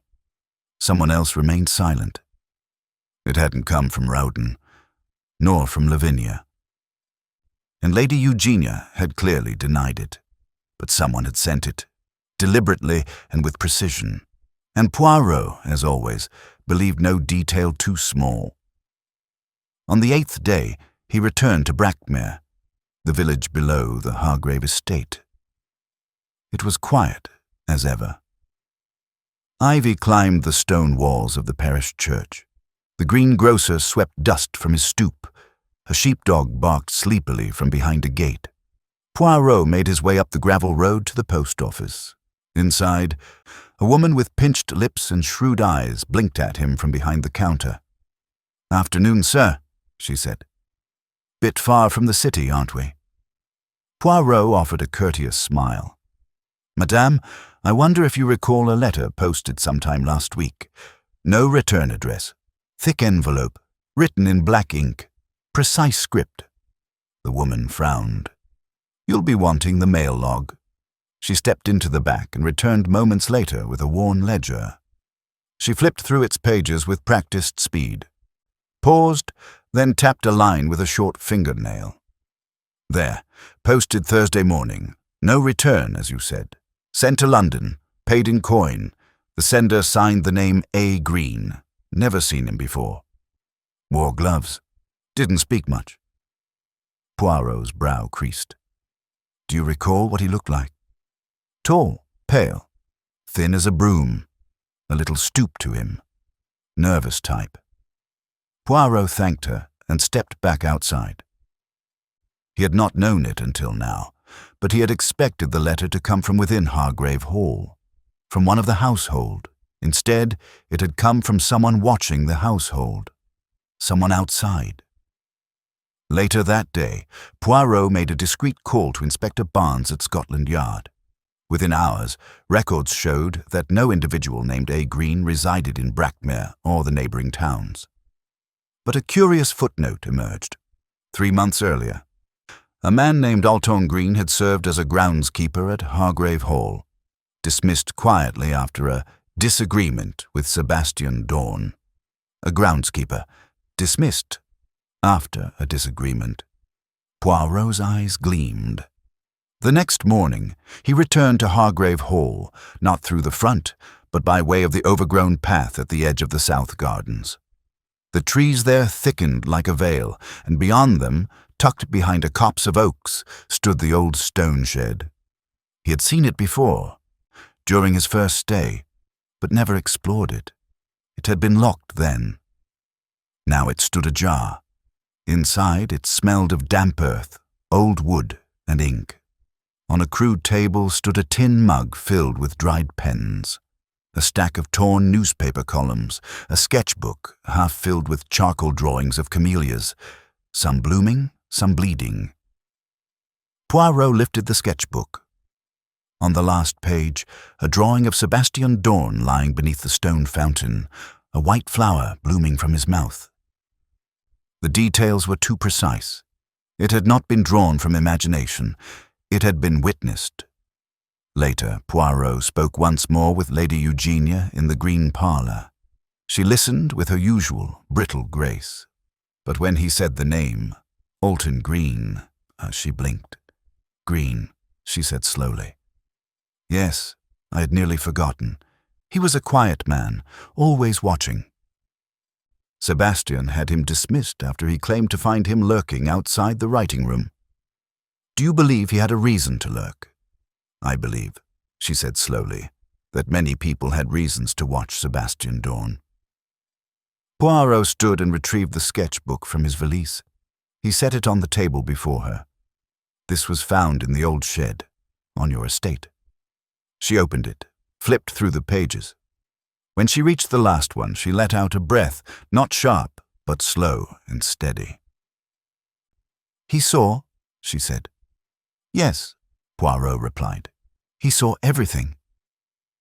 That evening, Poirot found Lavinia alone in the library, a book open in her lap, though she wasn't reading. He sat across from her. "Do you remember a man named Alton Green?" he asked gently. She thought for a moment, then nodded. "Yes, he was kind to the garden. Never said much. Sebastian had him dismissed." "I didn't know." Poirot leaned forward. He saw what happened in the maze. Perhaps not the entire event, but enough to know it was no accident. Lavinia looked down. Then why didn't he come forward? Perhaps he feared no one would listen, or perhaps he believed silence was its own kind of justice. He paused. "But he did write to someone." She nodded. "You." Poirot smiled faintly. "We. Me." She looked out the window. Then he gave us all a chance to face it fully, even after the story had ended. Poirot stood. Some stories do not end, mademoiselle. They echo. But it is better to hear an echo than to pretend the voice was never there. On his final day at Hargrave Hall, Poirot visited the shed once more. He placed the final page of the sketchbook, Dawn's likeness, the camellia in bloom, into a small envelope. On the back he wrote one line. There is no truth without witness. He sealed it and left it on the table. For Green, wherever he had gone, because justice, Poirot knew, was not always a trial, not always a punishment. Sometimes it was just the act of remembering and ensuring that what was buried beneath the petals did not remain hidden forever. Chapter 14. The Garden's Final Secret. The wind that swept across Hargrave Hall on the morning of Poirot's final departure was colder than the weeks before. Not bitter, but sobering, like the breath that follows a long-held silence. The hedges of the maze rustled softly, the camellias bent low on their branches, and the gravel paths wore the footprints of the past as faint shadows. Poirot stood once more in the garden. Not the maze, not the shed, but at the very edge of the eastern slope, where the land dipped gently toward the woods. There, overgrown and hidden behind a tangle of nettles and brambles, was a wrought iron gate, rusted, forgotten, half swallowed by the underbrush. He had found mention of it in a note tucked between pages in Alton Green's sketchbook. The gate beyond the laurels. What he buried there will never bloom. Poirot had brought with him a lantern and gloves, knowing well what such words might suggest. It took time, but he cleared the branches. The gate creaked open under his hand. What lay beyond was not a garden path, but a clearing, untended, sun-dappled, and strangely serene.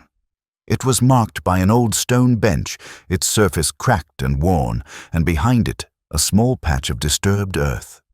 A single wooden stake protruded, weathered by time, bearing no name. Poirot knelt beside it. The soil was fresh. Someone had been here recently.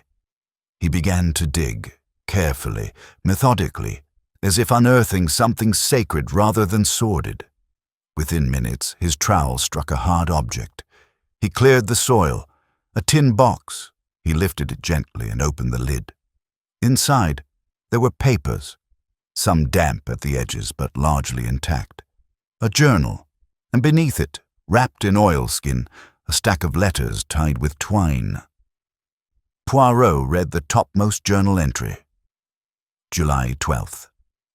I cannot let this remain buried in my own chest. If I am to watch this place decay, then I must preserve the one part of it that still holds truth. Dawn thinks himself a creator of myth, but he has merely recorded what others suffered, what Lavinia endured, what I saw. Poirot turned the page. The next entry mentioned the night in Florence. I was not meant to be there. I came to deliver something for Lady Eugenia's courier. But I heard voices in the courtyard. Dawn and another man, one of the villa's old family friends. The things they said, the way they spoke of her, like she was material to be written about, not a person, a subject. She begged them to stop, and they didn't. They watched her cry and said it was beautiful. Poirot closed the journal gently. There was no mention of assault, no graphic horror, but the implication, the emotional betrayal. It was clear. Dawn's art had always come at a cost, and it had been paid by those around him, by Lavinia most of all. The letters were addressed to no one. Some were half-written, others signed only with the letter I. A confession, but never sent. Likely meant for Poirot eventually, or perhaps simply for the wind. He replaced them carefully. This was not evidence for the police. No court would try a dead man for emotional sadism, but it was truth. And for Poirot, that was reason enough to unearth it. Later that day, as clouds gathered in long, Silver streaks overhead, Poirot requested one final audience with Lavinia. They met in the drawing room. It was the first time they had done so without shadows lurking in corners. Poirot offered her the box, but she didn't reach for it. "What is it?" she asked softly. "A piece of the past," he replied. "Alton Green buried it, not to hide it, but to preserve it, for you, or for someone who would know what to do with it." She looked down at the lid. "Do I need to read it?" "That is not my place to say." He waited. She opened the box. She read only a few lines from the journal before her hands closed it again. Her eyes shimmered. "Did you know?" she asked, voice barely above a whisper. "I suspected," Poirot said. "But suspicion is not certainty. Not until today." She nodded. "He watched me fall apart, and he wrote it down. Turned it into verse. Told others it was about a girl from Venice, or a memory from Rome. And they believed him. They always do," Poirot said. "Because it's easier," she added, "to call something poetry than pain." She stood and carried the box to the fireplace, but she did not burn it. Instead, she slid it beneath the small chest that sat to one side of the hearth, where it would not be forgotten, but no longer haunt. Poirot said nothing. He merely observed. Respectfully. "I'm not going to be a ghost anymore," she said after a moment. "Not his? Not this house's." "Très bien," Poirot said. "You have the strength for that." She smiled then, the first real one. "He didn't give me silence, Monsieur Poirot. He tried, but it wasn't his to give." Poirot bowed slightly. "No, it never was." That evening, as he prepared to depart for the second and final time, Lady Eugenia joined him briefly at the carriage. She handed him a folded note. "I found this tucked inside one of my books. I don't know how long it had been there." Poirot opened it as the wind rustled the leaves. It was Sebastian Dorn's handwriting. "The maze ends where the truth is quiet. Let them speak." I never did. And for that, I leave no monument, only petals. Poirot folded the paper and placed it in his coat. "A fitting epitaph," he said. Lady Eugenia looked toward the horizon. "It's Lavinia's house now. She doesn't know that yet, but she will." Poirot smiled, stepped into the waiting car, and gave a final nod. And as Hargrave Hall receded behind him, stone by stone, shadow by shadow, the last mystery did not unravel with drama, but settled into understanding. Not every crime ends with justice, but sometimes the dead relinquish their hold, and the living, at last, can choose how their story continues. Chapter 15. The Book Without a Title. It was 10 days after Poirot's final departure when the package arrived, unmarked, wrapped in plain brown paper, left anonymously at the door of Whitefriars Booksellers in Bloomsbury, London. Inside was a slim manuscript, its cover soft leather, its pages thick and unsmudged. There was no title on the front, no author named within. Only a single line on the first page, for the one who endured without applause. The shop owner, a former literary agent with an eye for curiosity, read it over tea. By the 5th page, her hand had gone still on the cup. By the 10th, she was on the telephone with a friend at a small publishing house. By evening, a quiet arrangement was underway. The manuscript was a novella, a series of reflections, prose poems, and fragments written in first person, evocative, lyrical, and devastating in their restraint. It did not tell a complete story. It merely suggested one. A woman unnamed, a house unnamed, a memory unburied, and a white flower. Over and over the camellia appeared, not as a symbol of purity or mourning, but as a thread of silence running through every paragraph. It was the object that was never addressed directly, never plucked, but always seen just beyond the narrator's shoulder. The book, when it was eventually published, was called The Petal Beneath the Stair. It made no claims about its source. The foreword merely said, "This is a work found in the quiet. It speaks for itself." But those who had known Sebastian Dorn's work instantly recognized the echo. And yet, it was not his voice. It was hers. In London, Poirot received a copy by post, wrapped in pale linen paper with no note inside. He read it over the course of a long, quiet afternoon, seated in his armchair, the ticking of the clock keeping time beside him. When he closed the final page, he sat still for a long moment. Then, carefully, he wrote a letter, not to Lavinia Hargrave, for she had not signed the book, but to the publisher, requesting one additional copy. He had it bound in deeper leather, embossed not with the book's true title, but with 3 letters, LHR. He posted it without return address and never mentioned it again. Meanwhile, at Hargrave Hall, the seasons turned. Winter came softly, pressing white against the edges of the garden. The maize, half trimmed, lay undisturbed beneath a thin crust of frost. The camellia bush dropped its last bloom one cold morning in January, its branches bare by noon. Lavinia Hargrave no longer walked the maze. Instead, she spent most days in the library, but not in solitude. The room had changed, less a place of echoes, more a place of reinvention. She'd begun cataloguing the books herself, reorganizing them not by title or author, but by feeling. The quiet shelf, the violent shelf, the unfinished shelf, and a fourth, the shelf for things that almost didn't survive. There, she placed a single copy of the Petal beneath the stair, not because she needed the reminder, but because someone might.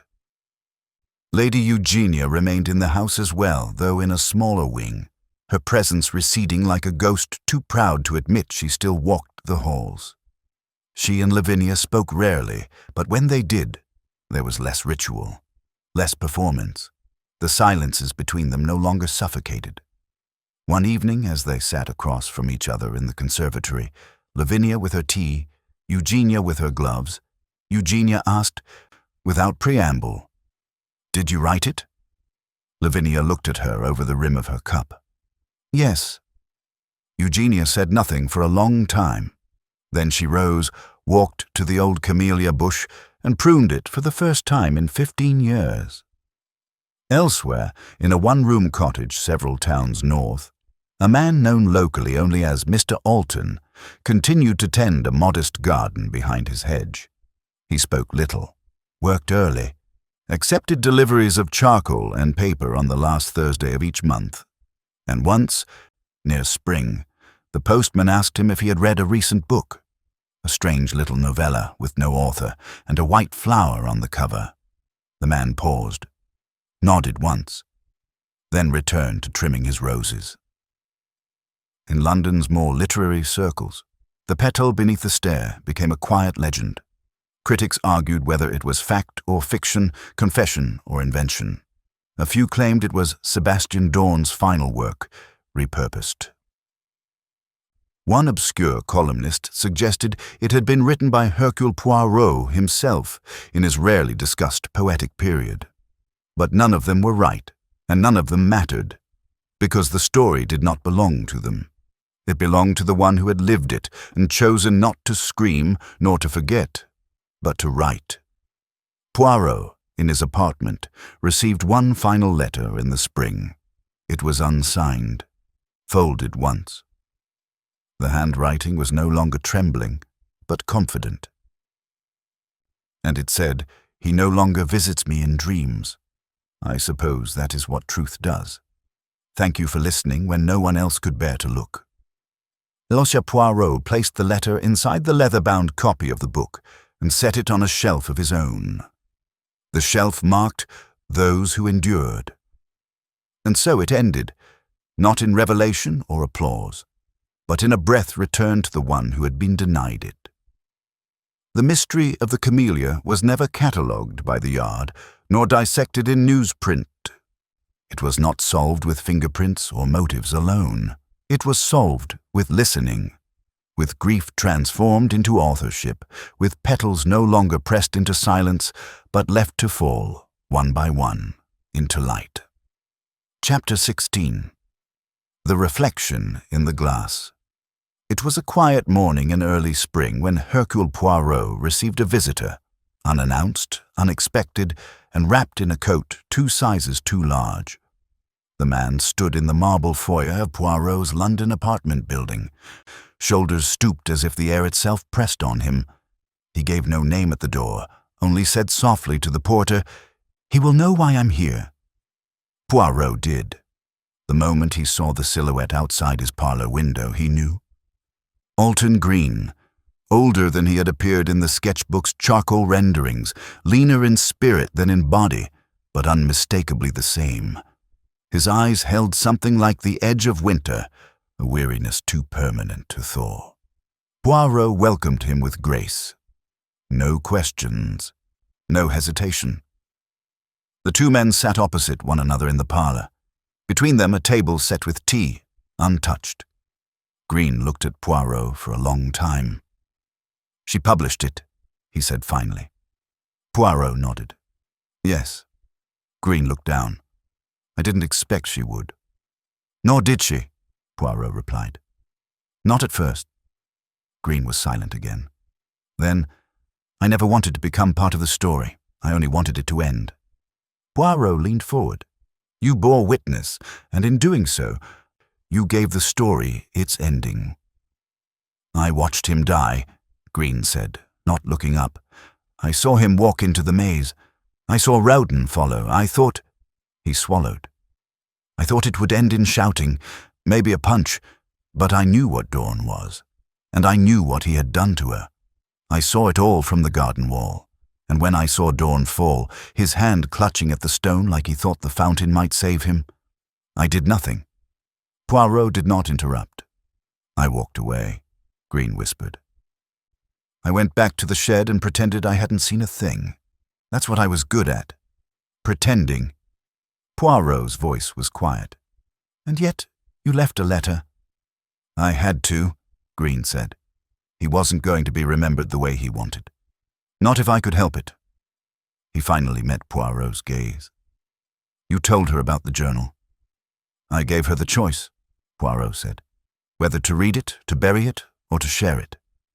She chose all 3. Green gave a faint, sad smile. "She was always stronger than she looked." Poirot nodded. "She is." They sat in silence for a while, the air between them filled not with judgment, but with something softer, understanding, closure, perhaps. Not final, but sufficient. Poirot eventually stood and walked to the cabinet by the bookshelf. He opened it and retrieved a slim leather volume, the same custom-bound copy of The Petal beneath the stair. He offered it to Green. The gardener looked down at the book. His hands trembled as he took it. "I've never read it," he said. "Didn't need to. I saw it happen. But it is not about seeing," Poirot said gently. "It is about being seen." Green turned the book over in his palms, then tucked it carefully into the inside of his coat. "Will you stay in London?" Poirot asked. Green shook his head. "No, there's a small place in Devon. A garden that needs rebuilding. No ghosts there. Just weeds." Poirot smiled faintly. "A perfect place to begin again." Green rose. "If she writes again, another book I don't want to know. Not because I don't care, but because I think she deserves to write without anyone watching." Poirot bowed his head. "Then I shall not tell you." Green extended a hand. Poirot took it. They said no goodbyes. 3 days later, Poirot received a letter from Lady Eugenia Hargrave. It was not long, nor was it cold. "Monsieur Poirot, I wish to inform you that I have made arrangements to leave Hargrave Hall by year's end. Lavinia does not yet know, but I believe she will understand. The house has served its purpose. Its shadows are no longer needed. She has taken up writing more seriously. I find her in the library most afternoons, her fingers ink-stained and smiling without realizing it. That alone is worth 1,000 apologies. Enclosed, you'll find something I uncovered while preparing the west attic for closure. It is, I believe, the first poem Sebastian ever wrote in this house. I thought you, of all people, would know what to do with it." Eugenia Hargrave Poirot unfolded the second page, a yellowed scrap, lined, brittle. The poem was brief. There is a girl behind a glass. She never knocks nor asks to pass. She watches, always, with the eyes that see the truths we all disguise. One day she'll write. One day she'll speak, and all my mirrors will grow weak. The world will praise me. She will not. She is the silence I forgot. Poirot read it twice. Then, without hesitation, he placed the page in the same cabinet where the leather volume lived. He did not file it under Dawn's name. Instead, he marked the folder, Unclaimed Petals. Spring deepened, and somewhere, in a room filled with light and dust, Lavinia Hargrave wrote with quiet purpose, her fingers stained, her desk cluttered with beginnings. She no longer wrote in reaction to pain. She wrote beyond it. And each evening, she placed her pen beside a single bloom in a narrow glass, a camellia, clipped from the bush now pruned and thriving in the eastern garden. It was not a symbol anymore. It was simply hers. And in London, Poirot, seated by the window, wrote his final note in the case journal he had kept from the beginning. It was short. Case closed by confession, not proof. The crime was silence. The solution was voice. There is no murder now, only memory. H.P. He closed the book, tied the ribbon, and listened to the rain tapping softly at the window, like a once-lost truth asking gently to come inside. Chapter 17. The Silence That Spoke. Late spring was settling over London when Hercule Poirot finally set aside the papers, books, and letters that had consumed his thoughts for weeks. The mystery of Hargrave Hall had stretched beyond crime and punishment. It had become a story of voices lost, of silences that weighed heavier than stones, and of petals pressed not just to lips, but to hearts. On a cool grey afternoon, Poirot received a summons from an unexpected source. A letter, typed but unsigned, asking him to visit a modest flat in Hampstead. Curiosity and the inexorable pull of unfinished stories guided him there. The flat belonged to a woman named Marianne Halloway, an academic who had quietly studied the correspondence and writings tied to the Dawn Hargrave saga. She was neither a family member nor a detective, but a scholar driven by a deep empathy for those who suffer in silence. "I'm grateful you came, Monsieur Poirot," she said, gesturing toward a cluttered sitting room filled with books, manuscripts, and pressed flowers between glass panes. "I have been reading The Petal Beneath the Stair, and something in the prose struck me as more than just metaphor." Poirot sat, attentive. Marianne continued, "The camellia appears again and again. Not only in the poems, but in marginal notes, letters, even in some of the sketches Alton Green made. It is a symbol of silence, yes, but also of resistance." Poirot raised an eyebrow. Resistance? To being forgotten, to suffering unheard. The camellia's beauty conceals thorns. It survives winter. It blooms again even when cut back. I believe it represents the endurance of those who were silenced by Dawn's poetry and those who lived in his shadow. Poirot nodded thoughtfully. A flower not only for mourning, but for survival. Marianne smiled. Exactly. And I think Lavinia's book, and even the final poem Sebastian left behind, carry that message. It is not only about what was lost, but what persists. Poirot studied her for a long moment. "Do you believe the camellia can teach us something about justice?" "In this case, yes," Marianne said softly. "Justice not meted out by law, but by acknowledgement, by giving voice to the silenced." Poirot rose and paced the room slowly. "I have learned that not all mysteries are solved in courts or with confession. Some are solved by the act of listening and by allowing the truth to live." Marianne reached for a book on the shelf, pulling it free and handing it to him. It was a volume of Victorian poetry, worn and annotated. "Here," she said, "is a poem about the camellia, written by an obscure poet who spoke of silence as a garden that blooms unseen. It reminds me of what Lavinia must have felt." Poirot took the book with reverence. "Indeed, madame," he said, "there is much wisdom in the quiet." That evening, Poirot returned to his study and penned a final letter to Lavinia Hargrave. It was brief. "Mademoiselle, your courage has rewritten what was once a silence into a story.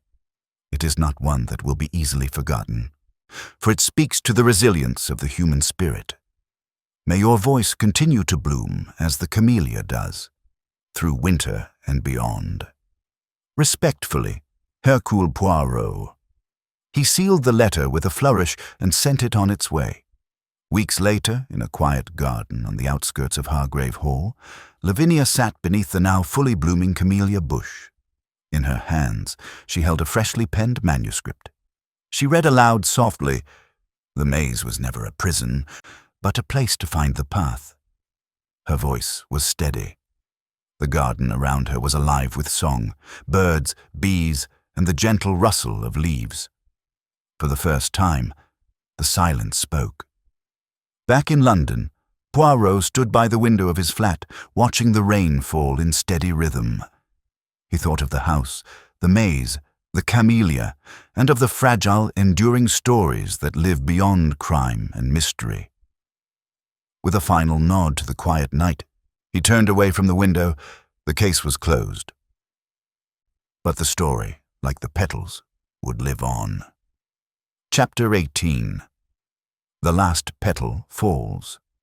The evening air was cool and still when Hercule Poirot returned one last time to Hargrave Hall, not as a visitor, but as the man who had unraveled its tangled secrets. The house stood quietly beneath the gathering twilight, its windows reflecting the deepening hues of a fading day. Inside, the rooms were peaceful, no longer weighted by the heavy shadows of grief or deception. Poirot walked slowly through the familiar halls, his footsteps light but measured. He paused before the conservatory, where the camellia bush flourished in delicate defiance of time. A single white blossom caught the fading light, its petals pristine and soft. He knelt and gently plucked the flower, holding it thoughtfully between his gloved fingers. A sound behind him stirred the silence. "Monsieur Poirot," came a soft voice. He turned to see Lavinia Hargrave standing in the doorway, serene and resolute. "I hoped you might come again," she said quietly. Poirot smiled with that gentle, knowing warmth reserved only for moments of truth. "It is fitting, mademoiselle. This flower has been the silent witness to much pain, regret, and ultimately, courage."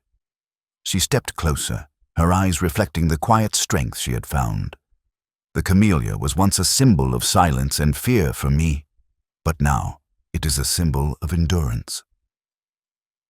Of stories told despite the weight of secrets." Poirot nodded. "It was a difficult journey, for all of you. Sebastian Dorn's death was not merely the fall of a man, but the unraveling of hidden truths woven through your lives. Each of you bore a piece of that burden, some knowingly, others unknowingly." Lavinia lowered her gaze briefly. "But the truth has a way of demanding light," Poirot continued. "Not all wounds heal quickly, but healing begins when silence is broken." He held out the camellia. "For you." She accepted the blossom, its petals soft and real. "For me," she whispered. "And for those who come after," Poirot added. They stood together in the fading light, the silence between them no longer heavy, but filled with possibility. Poirot's voice softened. "Justice is not always served in courts. Sometimes it is found in courage, in telling stories, in laying burdens down, in allowing the past to live as memory rather than chain." Lavinia looked up, meeting his gaze. "Thank you, Monsieur Poirot, for seeing what others could not." He smiled, tipping his hat with elegant grace. "My little grey cells are always at work, mademoiselle, but sometimes it is the heart that must lead the way." As he turned to leave, Poirot cast one last glance back at Hargrave Hall, the house that had held so many silences, now finally at peace. The camellia petal fluttered softly from Lavinia's hand, drifting down to rest among the leaves below. The last petal fell, and with it the final silence broke. As the last light faded from the sky, Lavinia cradled the camellia close, feeling its fragile warmth against her palm. Around them, the garden whispered with the quiet song of night, crickets stirring, leaves brushing gently in the soft breeze. For years, these grounds had held secrets in their soil and shadows in their branches. But now, beneath the star-scattered sky, there was a promise of renewal. Poirot's footsteps echoed softly as he made his way toward the great oak doors. He paused briefly, his keen eyes lingering on the silhouette of the woman standing strong beside the blooming bush. The years of silence, grief, and hidden pain had forged her into someone new. Not a victim of past sorrows, but a keeper of stories, a bearer of truth. "Remember, mademoiselle," Poirot called softly over his shoulder, "every petal that falls is a seed for what will grow." Lavinia smiled, a smile born not of forgetting, but of embracing. The maze was behind her now. Ahead lay a path of light, the promise of words spoken and wounds eased. And as Poirot's carriage rolled away into the night, the camellia bush swayed gently, its blossoms opening to the moonlight, quiet, resilient, eternal.